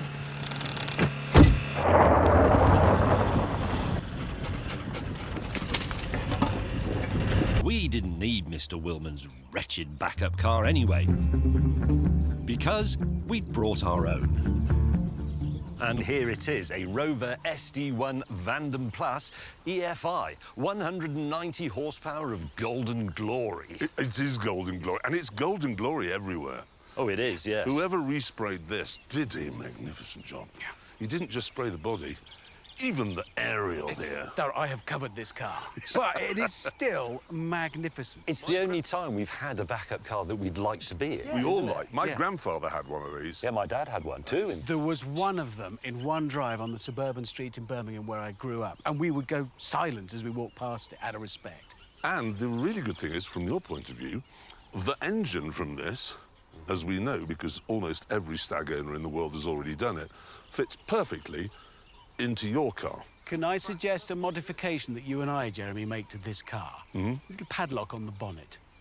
Just so that we'll have the key when you need the engine, which you will, ask. We could find the man who did this bit of welding. It's beautiful. Oh, that's good, isn't it? And weld the bonnet shut. Actually, that's probably the factory. It came out of Longbridge. I think I've finished that now. That's lovely. You can't see it. Look, gone. I think my exhaust has come off again. Having a spot of bother, sir. That is an extended exhaust system. That's weird, very low. I think you'll catch that on the ground if you're not careful. Why can't you just drive up the road like the rest of us are? I can't drive with it like that. I need to remove it. Have you played your Capri music? Will that cheer you up? Mark 1 Ford Capri. It's got everything I need except the exhaust pipe. I need, I'm going to say, an 11mm spanner. Ooh, no, hang on. I've got some antibiotics for something I don't have anymore. I don't I've got this, Hammond. Bernie Taupin's autobiography. I've heard that's really good. Very good. I'm reading it. Would that help you? No, I don't think it would actually help, no. I'm going to say 11 again, 11mm spanner. What's particularly irritating is this car was in brilliant condition when I bought it. Yes. I mean, genuinely. So was that Rimac. Low blow. Oh, Quite good. that was a bit harsh, but I can't deny it's true. It was, yeah, until then. I love a scrapyard. We pulled in to see if they had the spare parts we needed. But soon we were distracted by all the treasures. This is a very good test of our motoring knowledge. Is that a Cresta behind that? I think it is. A Cresta shooting brake. Shooting brake? As my mother always used to call them. In what special did you drive one of these? Bolivia. Yeah, I remember He's the remembered pictures. something. That genuinely is worth restoring. It's Hey, look at this gorgeous. one. That's an Austin Cambridge. It is indeed an Austin Cambridge with writing. What's that? RSR. That means it was when this was Rhodesia. That's... Oh, is that what it means? Yeah, so Southern that Rhodesia, is that's been off the road a long time. That's been there a while. Excuse me, are you trying to make this go? Yes. Nearly there. Good luck. Yeah, nearly there. You may think it's a joke. Best-selling car in Zimbabwe in the sort of 60s was, where do they always French? 4. Oh. Renault 4. Actually, I think I saw... Yes, there. Yeah, Renault 4. Do you know what the 5th best-selling car was?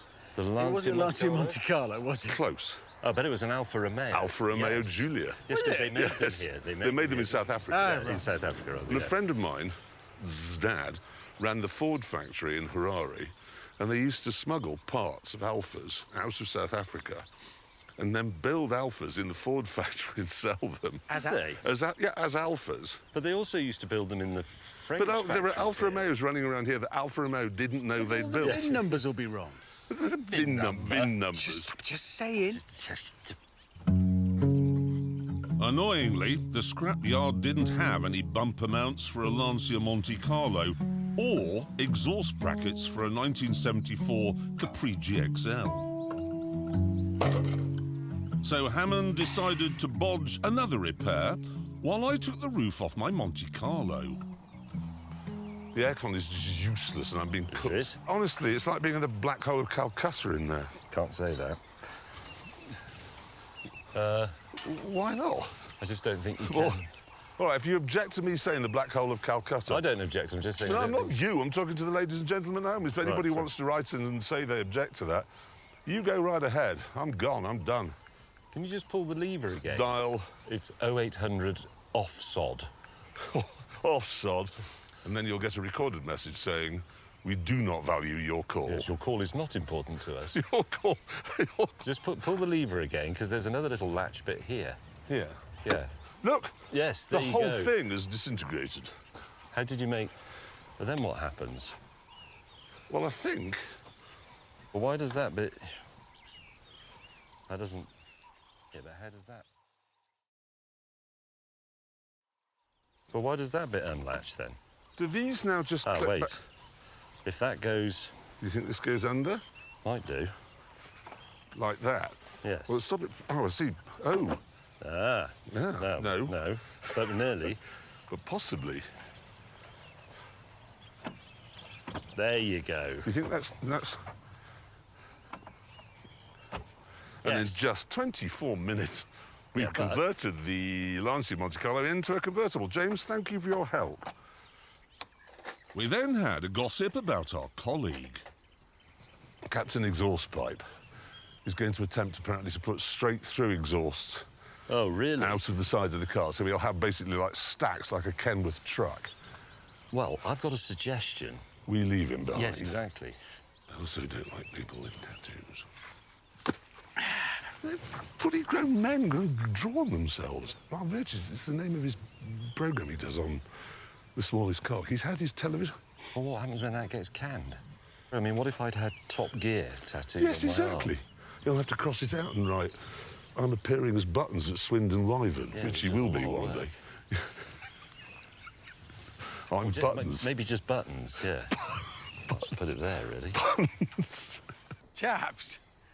Well Have you had a done. rotten day? Oh, You've got your beer. thank you. But I think more important than that, And yes, it is a correct set. Look, for the GXL. it is for the don't GXL, wanna not be- the GT. If this is a cruel joke. No. Really? Yeah. Oh my God! Look what that means. Feel that? Quiet. It means you're Oh, getting no sleep tonight. oh, I don't care. Hammond, it doesn't stop there. What? It doesn't stop there. This is embarrassing now, but I'm very grateful. Oh my Lord! Oh my Lord! That's a rear spoiler. Not and just it's, any rear No, but a spoiler. Richard Grant. You remember Richard Grant spoilers? The actor. No, well, Is he- was that's he- the thing. The is it- Richard Grant spoilers were on XR2s all through the 70s and 80s. Turns out Richard E. Grant did Withnail and I. He did? He did. He then started a car accessory business. But because he didn't want to damage his acting career, he dropped the E. Chaps, this is genuinely all spectacular news, and I'm very, very. So you can fit that tonight. I feel terrible. I haven't got you any. Of course you haven't got me anything. haven't got you any gifts. When have you two ever bought me? You bought me a shit oil painting in Vietnam. It was lovely. Shit. And you've never bought me anything. Have I never bought you Never anything? bought me Have I anything. never bought you a gift? I bought, no. I bought you a Genuine galleon in love. Vietnam to put on the back of your motorcycle. I bought him. That night, we polished our cars, did all the necessary repairs, and then met up for the sort of breakfast Mr. Willman never provided. Is that my coffee? Yes. Yes. You ordered me a coffee? Yes. It's nearly a present. Hey, What? went to the bar last night. Yeah. Got talking to a man. I bought this from him. What is it? Silver. Actual silver. Is it? Nuggets of it, yes. 60 cents a gram. Because turns out, you know, we've been driving along. On the surface, there's all the fruit and crops and so on. Yeah. Breadbasket of Africa. Dig down. Gold, silver, manganese, lithium, diamonds, coal, iron ore.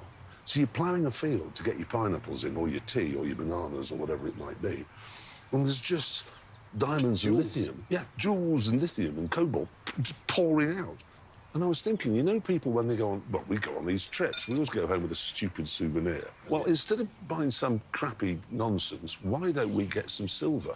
60 cents. 60 cents a gram. We then rushed immediately into town and went shopping. And we didn't hold back.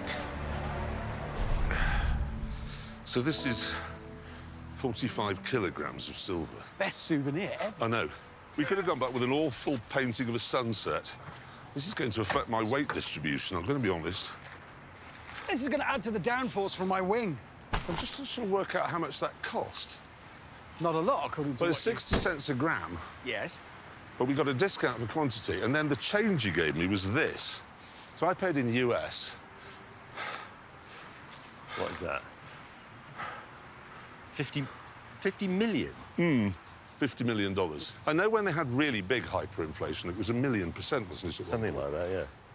And at one point, I think with a $50 million note, it was cheaper to white bottom with this than it was to use one single sheet of laboratory paper. It was That was actually more cheaper. valuable.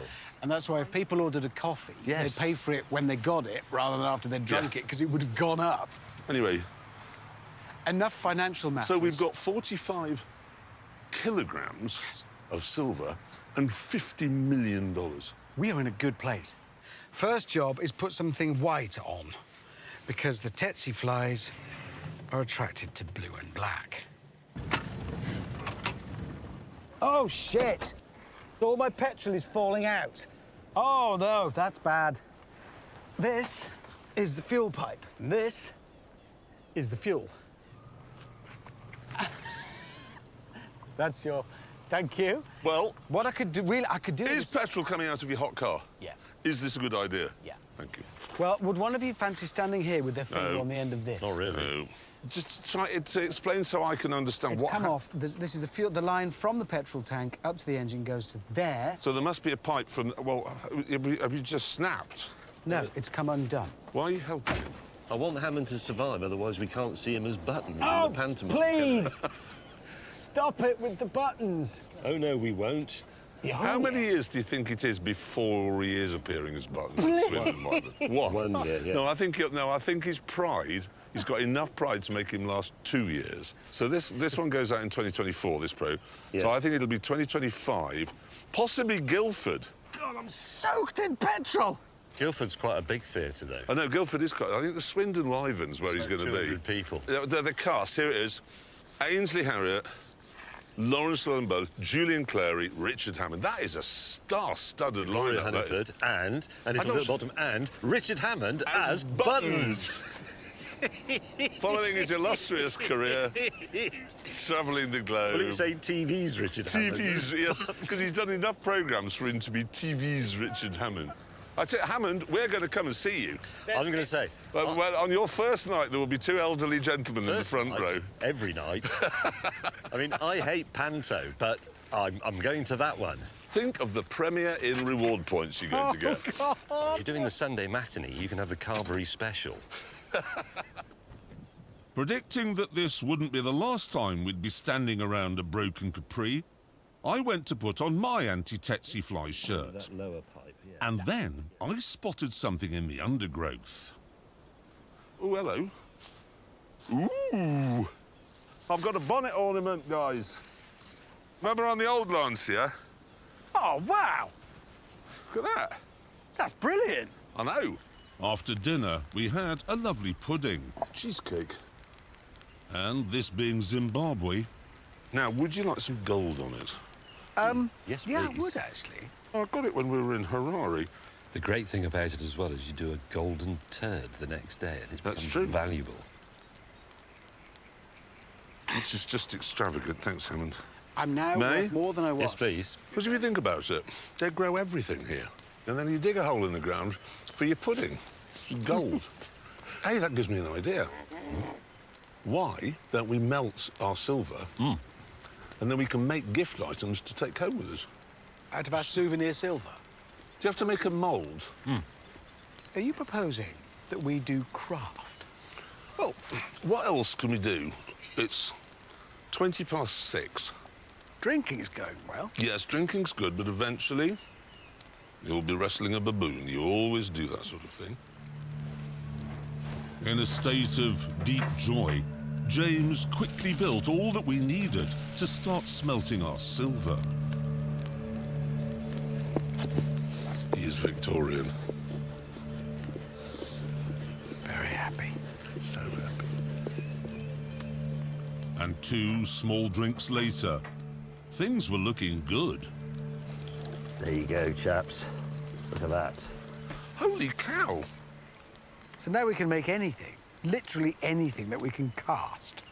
Yeah, so you make a hole in something, Yes. pour that in, let it solidify. And then you've got a thing in silver. Right, come on then.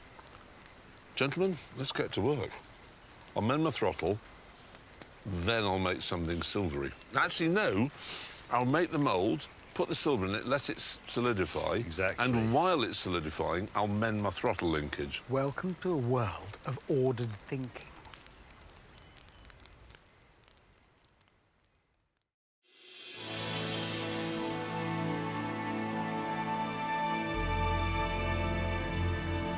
The next morning, the banks of the Zambezi were carpeted with many different animals. And Roger Moore. Have you had that made? Yep. Whose measurements did you send? John Bon Jovi's. I was a little ambitious. Well, you know what it is when the doctor says, how many units of alcohol do you drink? And when somebody says, what are your measurements? Definitely 30-inch waists, 40-inch chest. I lied. Have you noticed what he's done here? very flamboyant buttons. Buttons, yes. It's like he's easing himself into the role. Can we just move on from his sartorial faux pas? Oh! Isn't it magnificent? Is that what you made out of your silver? Oh, yeah. That's startling, isn't Why it? is nobody... Well, I wonder why nobody's done that before. Your steering wheel, actually, your solid silver steering wheel, that's another £900,000. I mean, it does look pretty cool, doesn't it? Talking of bling. Bonnet ornament. Is it the bonnet? But it's not on the bonnet, though. It is on... But you see, but it is the bonnet. Wait a minute, this is at the back. Does it become an engine cover, not a bonnet? It's an engine cover. Yeah, but you can't say engine cover ornament. 'cause No, that you sounds- can't. It's a It's a fine bonnet. ornament. I love it. It looks brilliant. I mean, excellent. look at that. It's on the wrong end. That is an Impala on a Monte Carlo. So I'm basically a Chevrolet advertisement. Isn't it remarkable what makes sense in our world? What? That doesn't. I just saw it as I looked up then. Check it out. Come on. Stuart Little spoiler, ladies and gentlemen. Oh, the width. Yeah, Yes. that's all the silver I had. It's quite... It is Stuart Little spoiler. Yes. Anyway, we now have silver adornments to our cars. Can I make a suggestion? Keep the river on your right. It's not navigationally challenging. Navigation is not a problem today. And we know we are heading west. Yes. And we know if we keep heading west, we'll get to the other side of Zimbabwe. And we know we're going to look good doing it. You total plum sack. It's a lake. Is Yes. it? Well, I You're saw kidding. I saw it on the map. I just assumed there'd be a road round it, and there isn't. Why isn't there a road round it? Oh, God. So wait a minute. You went wrong in Harare. Let's Yes. establish that. Yeah. You chose the wrong road. Yeah. There were only two. You chose Yeah. the wrong one. Yeah. You then doggedly made us... Beautiful continue- bit. That's the Nürburgring, that last bit. Nice bit at the end, but it turned out to be the end.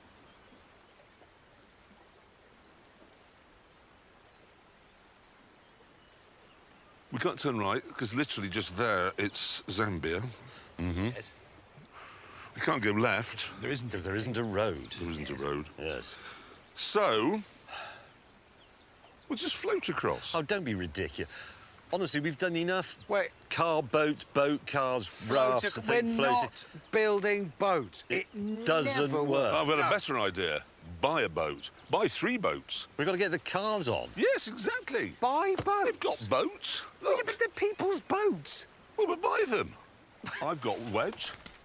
10 trillion. 50 billion. Yeah, why not? Yeah, I'll have another 50 50 billion. 100 billion, 350 billion, 400 billion, 10 trillion, 400 billion and 20. This is absolutely idiotic. Right, boat buying. Having spent the morning rootling around the local boatyards, we reconvened with our purchases. James had gone for an old sardine fishing boat. I'd bought an aquatic hatchback. And Jeremy, naturally, had purchased a floating drinks cabinet. You've bought a bar. It's also the bridge. You Oh, I steer, see. You steer it from the bar. Once we'd loaded up our cars,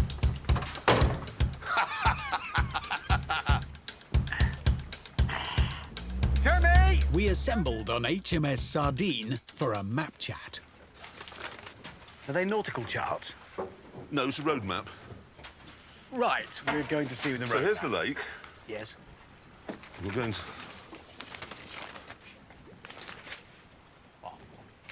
There's the lake. Yes. There's the lake. What's that? Oh, bloody hell. That's the rest. Yes. That goes to there. OK. It's about 180 miles. It's 175 miles. Oh, There well, you that's go. all right then. Right, thank God we haven't got to do that extra 5 miles. It's the world's largest man-made lake. I am genuinely sorry about this. I had not... I just... Look, you can see the problem. Yeah, but all... We've driven all the way... I've just been using this side of the map. Jeremy, we can see the problem. Yes. It's there, pointing at the map. The map is accurate. no problem You with the map. didn't look at the other side It was of the all map. folded up in such a way that you didn't see. How fast does your boat go? Well, I don't know yet, but not very, I'm going to guess. I think we're talking about a brisk walk. If they do 10 knots, which... 10 miles, let's say 10 miles an hour, that's 18 hours. That's overnight. Yes. I then did a bit more research, and that wasn't a great move either. Gets worse. Why? Guess how many crocodiles are in that lake? I don't know. Somewhere between 100 and 250,000. Crocodiles? 2 weeks ago, they had to shoot a man-eater. Would you like to see it? Jeez, that is... Look at it! I didn't know crocodiles Look could at be this that boat! big. On average, 47 people a year are killed by crocodiles. And there aren't that many people here to start with. I'm sailing a bar with a Lancia on it. And I've got a lot of drink to get through. So much, in fact, that I invited Buttons and Greta Thunberg over to share the workload. Gentlemen, I like the look of that. I've a wide range of drinks from the 1970s, including the much-missed Galliano. Nice. Get back in time. Gin and tonic, sir. I would love a gin and tonic, thank you, Bob. Coming right up. And you, sir, Chablis, I'm guessing. Thank you. Ice and a slice of gold, perhaps. Ice and a slice of gold would be wonderful. So if you go in that water, basically you are going to be eaten by a crocodile. Yeah. Yep. And I can't think of a death I would enjoy less. Yeah, it's not the agony, actually. Well, no. It is the agony. It is the agony. But it's the indignity. It's ignominy of it. Crocodile comes along, you're there, dangling your feet in the water, thinking about life, filled with hopes, expectations, loves, dreams, thoughts of the universe. Crocodile says, I'll have that. Bang! Gone. You know peanuts on a bar? You're having a drink with some friends, you see some peanuts, Yeah. you take a couple of peanuts, and bit more that is what you are. Do you know what makes it worse? A crocodile is prehistoric. So it was mates with T-Rex. It's 250 million years old, and humanity is what, 150, 200,000? And civilization is only about 6,000 years old. So everything from the first cave paintings all the way up to the present day, in the time span of evolution, that has all happened while the crocodile has been scratching its ass. After an hour or so of drinking and chatting and sailing, but mostly drinking, the conversation started to take a bit of a dip. I've got 3/4 of a bottle of vodka, half a bottle of gin. No, that's not gin. Why is that? I don't know. Can't see. This is a blended brandy, and I also have here a blended whiskey. I mean, your boat's buggered off. That's got my passport on it. Shall I go? You're going to have to leave my bar. Do you want to come with me, Hammond, or stay here? This is more manoeuvrable, so we'll manoeuvre this up to mine, and I'll get off this onto mine. Right, now, here we go. International rescue. Please, catch my Capri. I'll give it my best work. Don't fall in the water. Crocodiles, definite death. Oh, I left the gin. Would you like another one before you go? Bloody love one, yes. We continued with our long journey, and as darkness fell, we realized we were a bit peckish. So, to catch some supper, James lowered his sardine nets. And there we are at depth. I don't mind if it isn't sardines, if it's just like general fish, but I'd really like sardines. It should be sardines. This is a sardine boat.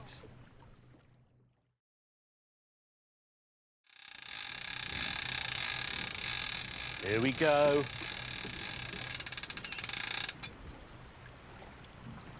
Bollocks. I'm starving. I know, I'm starving as well. No, I'm beyond hungry. It's crisps, isn't it? It's crisps. It's crisps. And as if things couldn't get any worse, I've now run out of ice.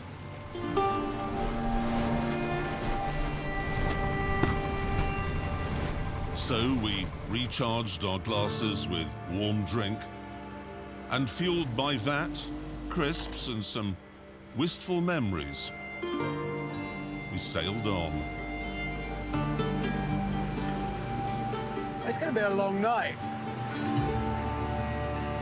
Not our first. Ordinarily, I'd say not our last. Maybe it is. Oh, stop saying those things, Richard.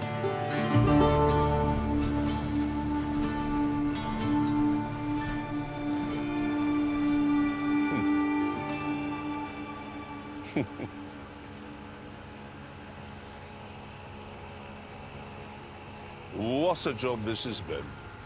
What a career. So we've just come across Kariba. Yep. When we reach the border here and cross it, we have gone all the way across Zimbabwe, which is what we set out to do. Yeah. And we've finished the programme. Yeah. Well done us. No, 3 improbable cars. However, on the other side of the border is Botswana. So, if you just turn the map over, which I've learned to do now. Well done. Yeah. Good technique. If you look, this is the Makadikadi, yeah? Salt pans. And there is Kubu Island, and that is where we began. That's where we did our very first special 17 years ago. Wow. We've always said this is one of our favourite places anywhere we've ever encountered. And it's where the baobab trees are. Yeah. Yeah. I'd like to finish there. Yeah, I think that's right. And it's only, it's 120 miles or so. Yeah. I'm up for that. So we end this programme here, and we wrap the Grand Tour up there. I think that's a tremendous idea. It's fitting. This road is intolerable. Would you not agree? Quite bad. It's not the best. Since we got off the boats this morning, Yeah. I have been shaken to pieces. My car is falling to pieces. That's a particularly virulent type of dust as well. And I'm looking at this. Oh. Well, that's not bumpy, is it?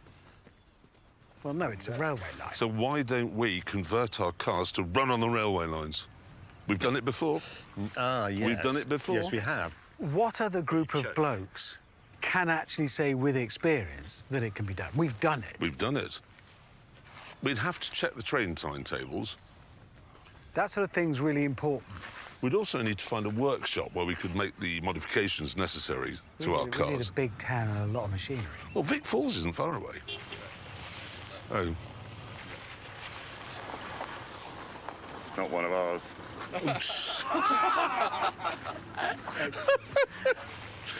Carry on. Oh, they're quite pleased anyway. Right, so you called some locals knobheads. I just called him a dickhead. Yeah, they're coming out to beat the crap out of you. Yeah, no, they're not. Hello, He how are you said it. guys? Hi, everybody. He said you were knobheads. Sorry we're in the way. This traditional English greeting. Yeah, I'll call you Morales. It's fine. This is your home. Mate, how are Nice you? to see you. Good to meet you. Hey. A couple of days later, the work was complete, and we met in the local rail yard to compare our contraptions.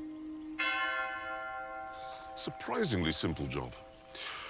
I've put the front wheels in a sort of animal feed trough, which has little railway wheels on the bottom. Okay, at the back, rear wheels drive that sort of belt system, which then drives the railway wheels. It's simple and it's elegant. Unlike that. Yeah, let me talk you through this. Mine's quite elaborate, and I suspect you're not interested, but I based it on the diesel hydraulic locomotives of England's western region. It's hydraulic drive. The engine merely drives a pump, which charges the hydraulic reservoir, which is what then drives the wheels, giving you massive torque at standstill from 0 revs. How does it work? That's Wait how a it minute. works. I didn't understand. James, what the bloody hell's that? Yeah, well, I did warn you. Oh my lord, there's a whole... What's all that? That's a hydraulic pump. It's a hydraulic reservoir. These are pipes. Those are gauges to warn you of the pressures. Warn you of the pressure. How will you see them? I won't. But as long as they're right Unless when you've I got set off. You've got a co-pilot who is a giraffe. The point about the hydraulic system is it's the transmission. This is how they built real locomotives. So this is proven technology. It doesn't look like a real locomotive. Well, it looks does like a actually. If you took the No, skin it off doesn't. it. It looks like a Triumph Wait a Stag on minute, top I'm of a scrap yard. visualising the Flying Scotsman, the Mallard. Got it? Yeah, but they're Fixed? not hydraulic locomotives. Open your they're eyes. Is steam. it made real? No, No. yours looks even easier than mine. You don't even need to go over there. Sits on rollers, back wheels turn rollers, rollers turn wheel, it goes along. End of. So it's just like a rolling road. Yeah, it's like a running machine. What, James? That's it. Hammond and I have proved there's a very easy way of doing this. But you've got to manipulate your clutch, your Yes. throttle, your brake pedal. Yeah, All I but have to Almost do... like Driving a car. Yeah, Yes. but it's not a car, you see. It's a locomotive. All I have to do is set the engine revs, and then I simply move a lever backwards and forwards, the very thing that made those early locomotives so appealing to people who'd grown up on steam.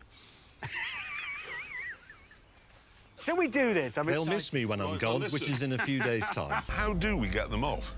I suppose the approaching freight train could do the job for you. What you need to do first, using the adjustable spanner, because get the locks off. I cannot countenance using an adjustable spanner. Slacken the lock. Why can't you use one of these? Because it is the tool of a charlatan. Well, you don't mean charlatan, do you? I do, yes. You mean someone who just has one tool instead of 300? Should undo the lock nuts first. What are you talking about? What's the lock nut? Well, that is a lock nut. This spanner's too big to reach. We don't all have to go to the same old folks' home, do we? No. It's not obligatory after this that we all the next day. He said he's deleting our numbers as soon as we finish. Right, and we've finished. Delete. There they've gone. It's quite easy to do. They're right next to each other. World's smallest, world's biggest. We're stalled. That's actually true as well. It's not a lie. It is true. I've had an idea. What? Oh, Lord. Why don't we go to a screen now that says 15 minutes later, Yep. get the production people to get them off, And then looks like we've done it. It looks like we've done it. And then we'll have a line of voiceover. Soon, all the cars were off the railway line. Soon, all the cars were off the railway line. We've travelled thousands and thousands and thousands of miles and had thousands and thousands and thousands of adventures. And we're going to end up right where we started. Never thought that what we do together would go on as it has. I was excited when I got the job, way back. Very excited. But I never dreamed it would grow into a career and life-defining adventure, and occasionally, nearly career and life-ending adventure. Can't pretend it isn't going to be a wrench ending this. Because it is.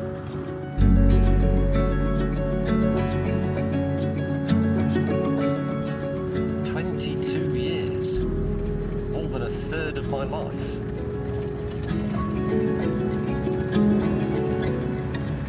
This is going to hit me in quite small ways.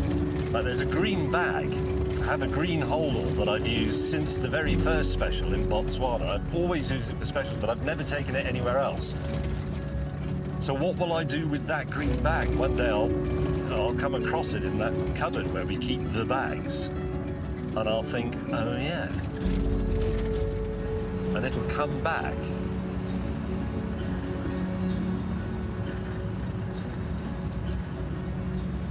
Anyway, I hope we brought you a little bit of happiness.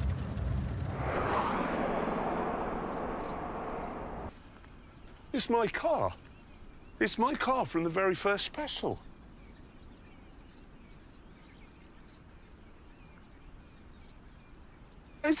It can't be James's Merc. I don't believe it. The Light Bike Cafe. That is astonishing. I'm slightly choked up. Hang on a minute. The doors were off. No, were they? Yes.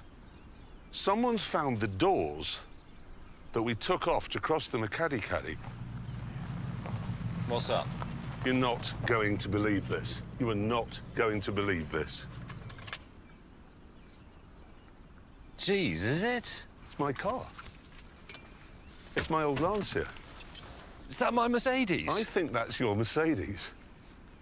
I'll know if this is mine, because it'll have the 5-speed gear knob on the 4-speed box. Christ, it is! I'm absolutely... My heart's just gone kind of nuts. Hey, look, yeah, the badge is gone, which I took as a souvenir. Souvenir? Yes. You know what I've kept as a souvenir on every single special? I brought every single special, I've had it with me. Yes. I've got yes. it with me now. Hang on. Where is it? It's in my suitcase. It's always in my suitcase. Sorry, Ron.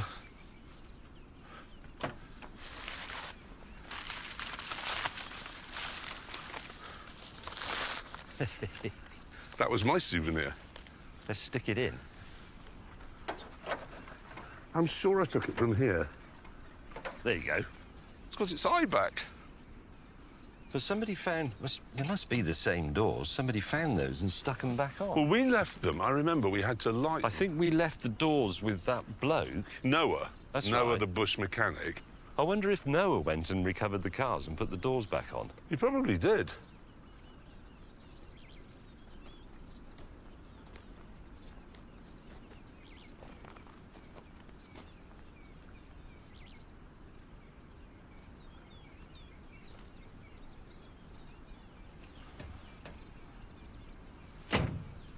Okay.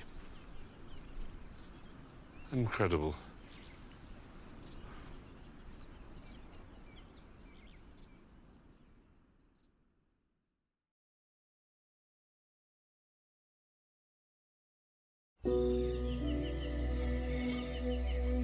Having spent the night in a luxury camp, we met for breakfast with our minds all focused on the same thing.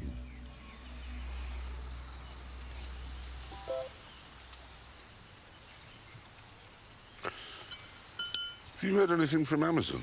Yeah, got an email here. Have you? They want their laptops back. So no big fat check, no contract, no letter pleading with us to keep going? No, I got nothing. Right, well, this really is our last breakfast then, isn't it? Yeah. This is it. Oh, seen this, Hammond? He broke down yesterday. We were driving along.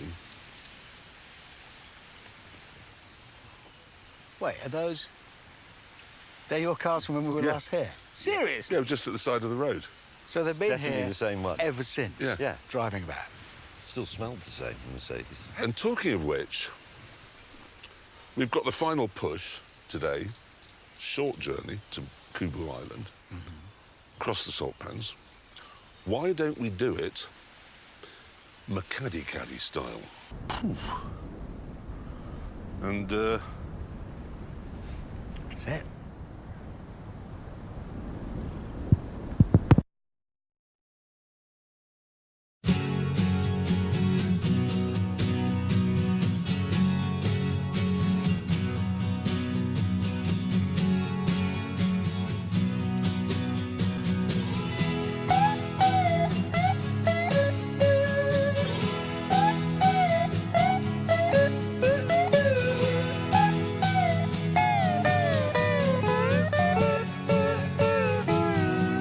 My sweet Lord,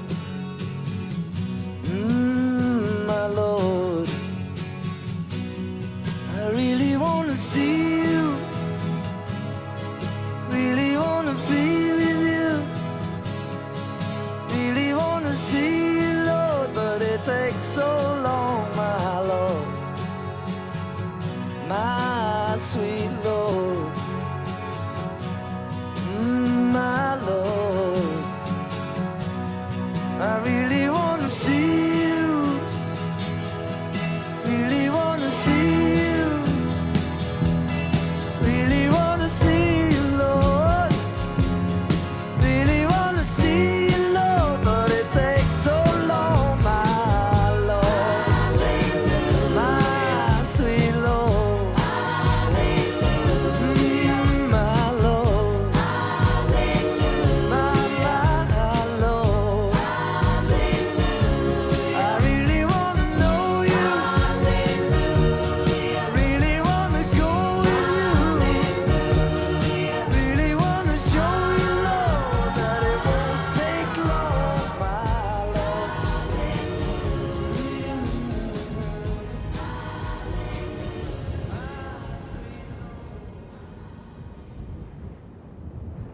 are we ready, gentlemen?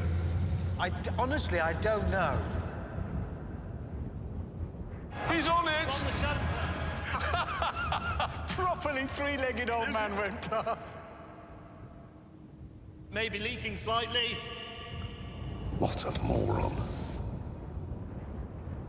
There must have been 30 or 40 people in the room when the police arrived. Clarkson!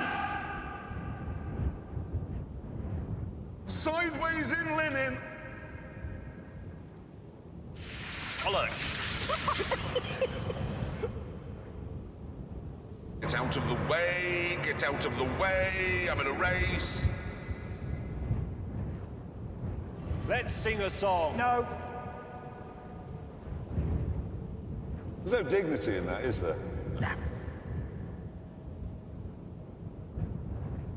Okay, it's time now, and nobody's ever said this on a car show before. Save the world. We don't all have to go to the same old folks' home, do we? No.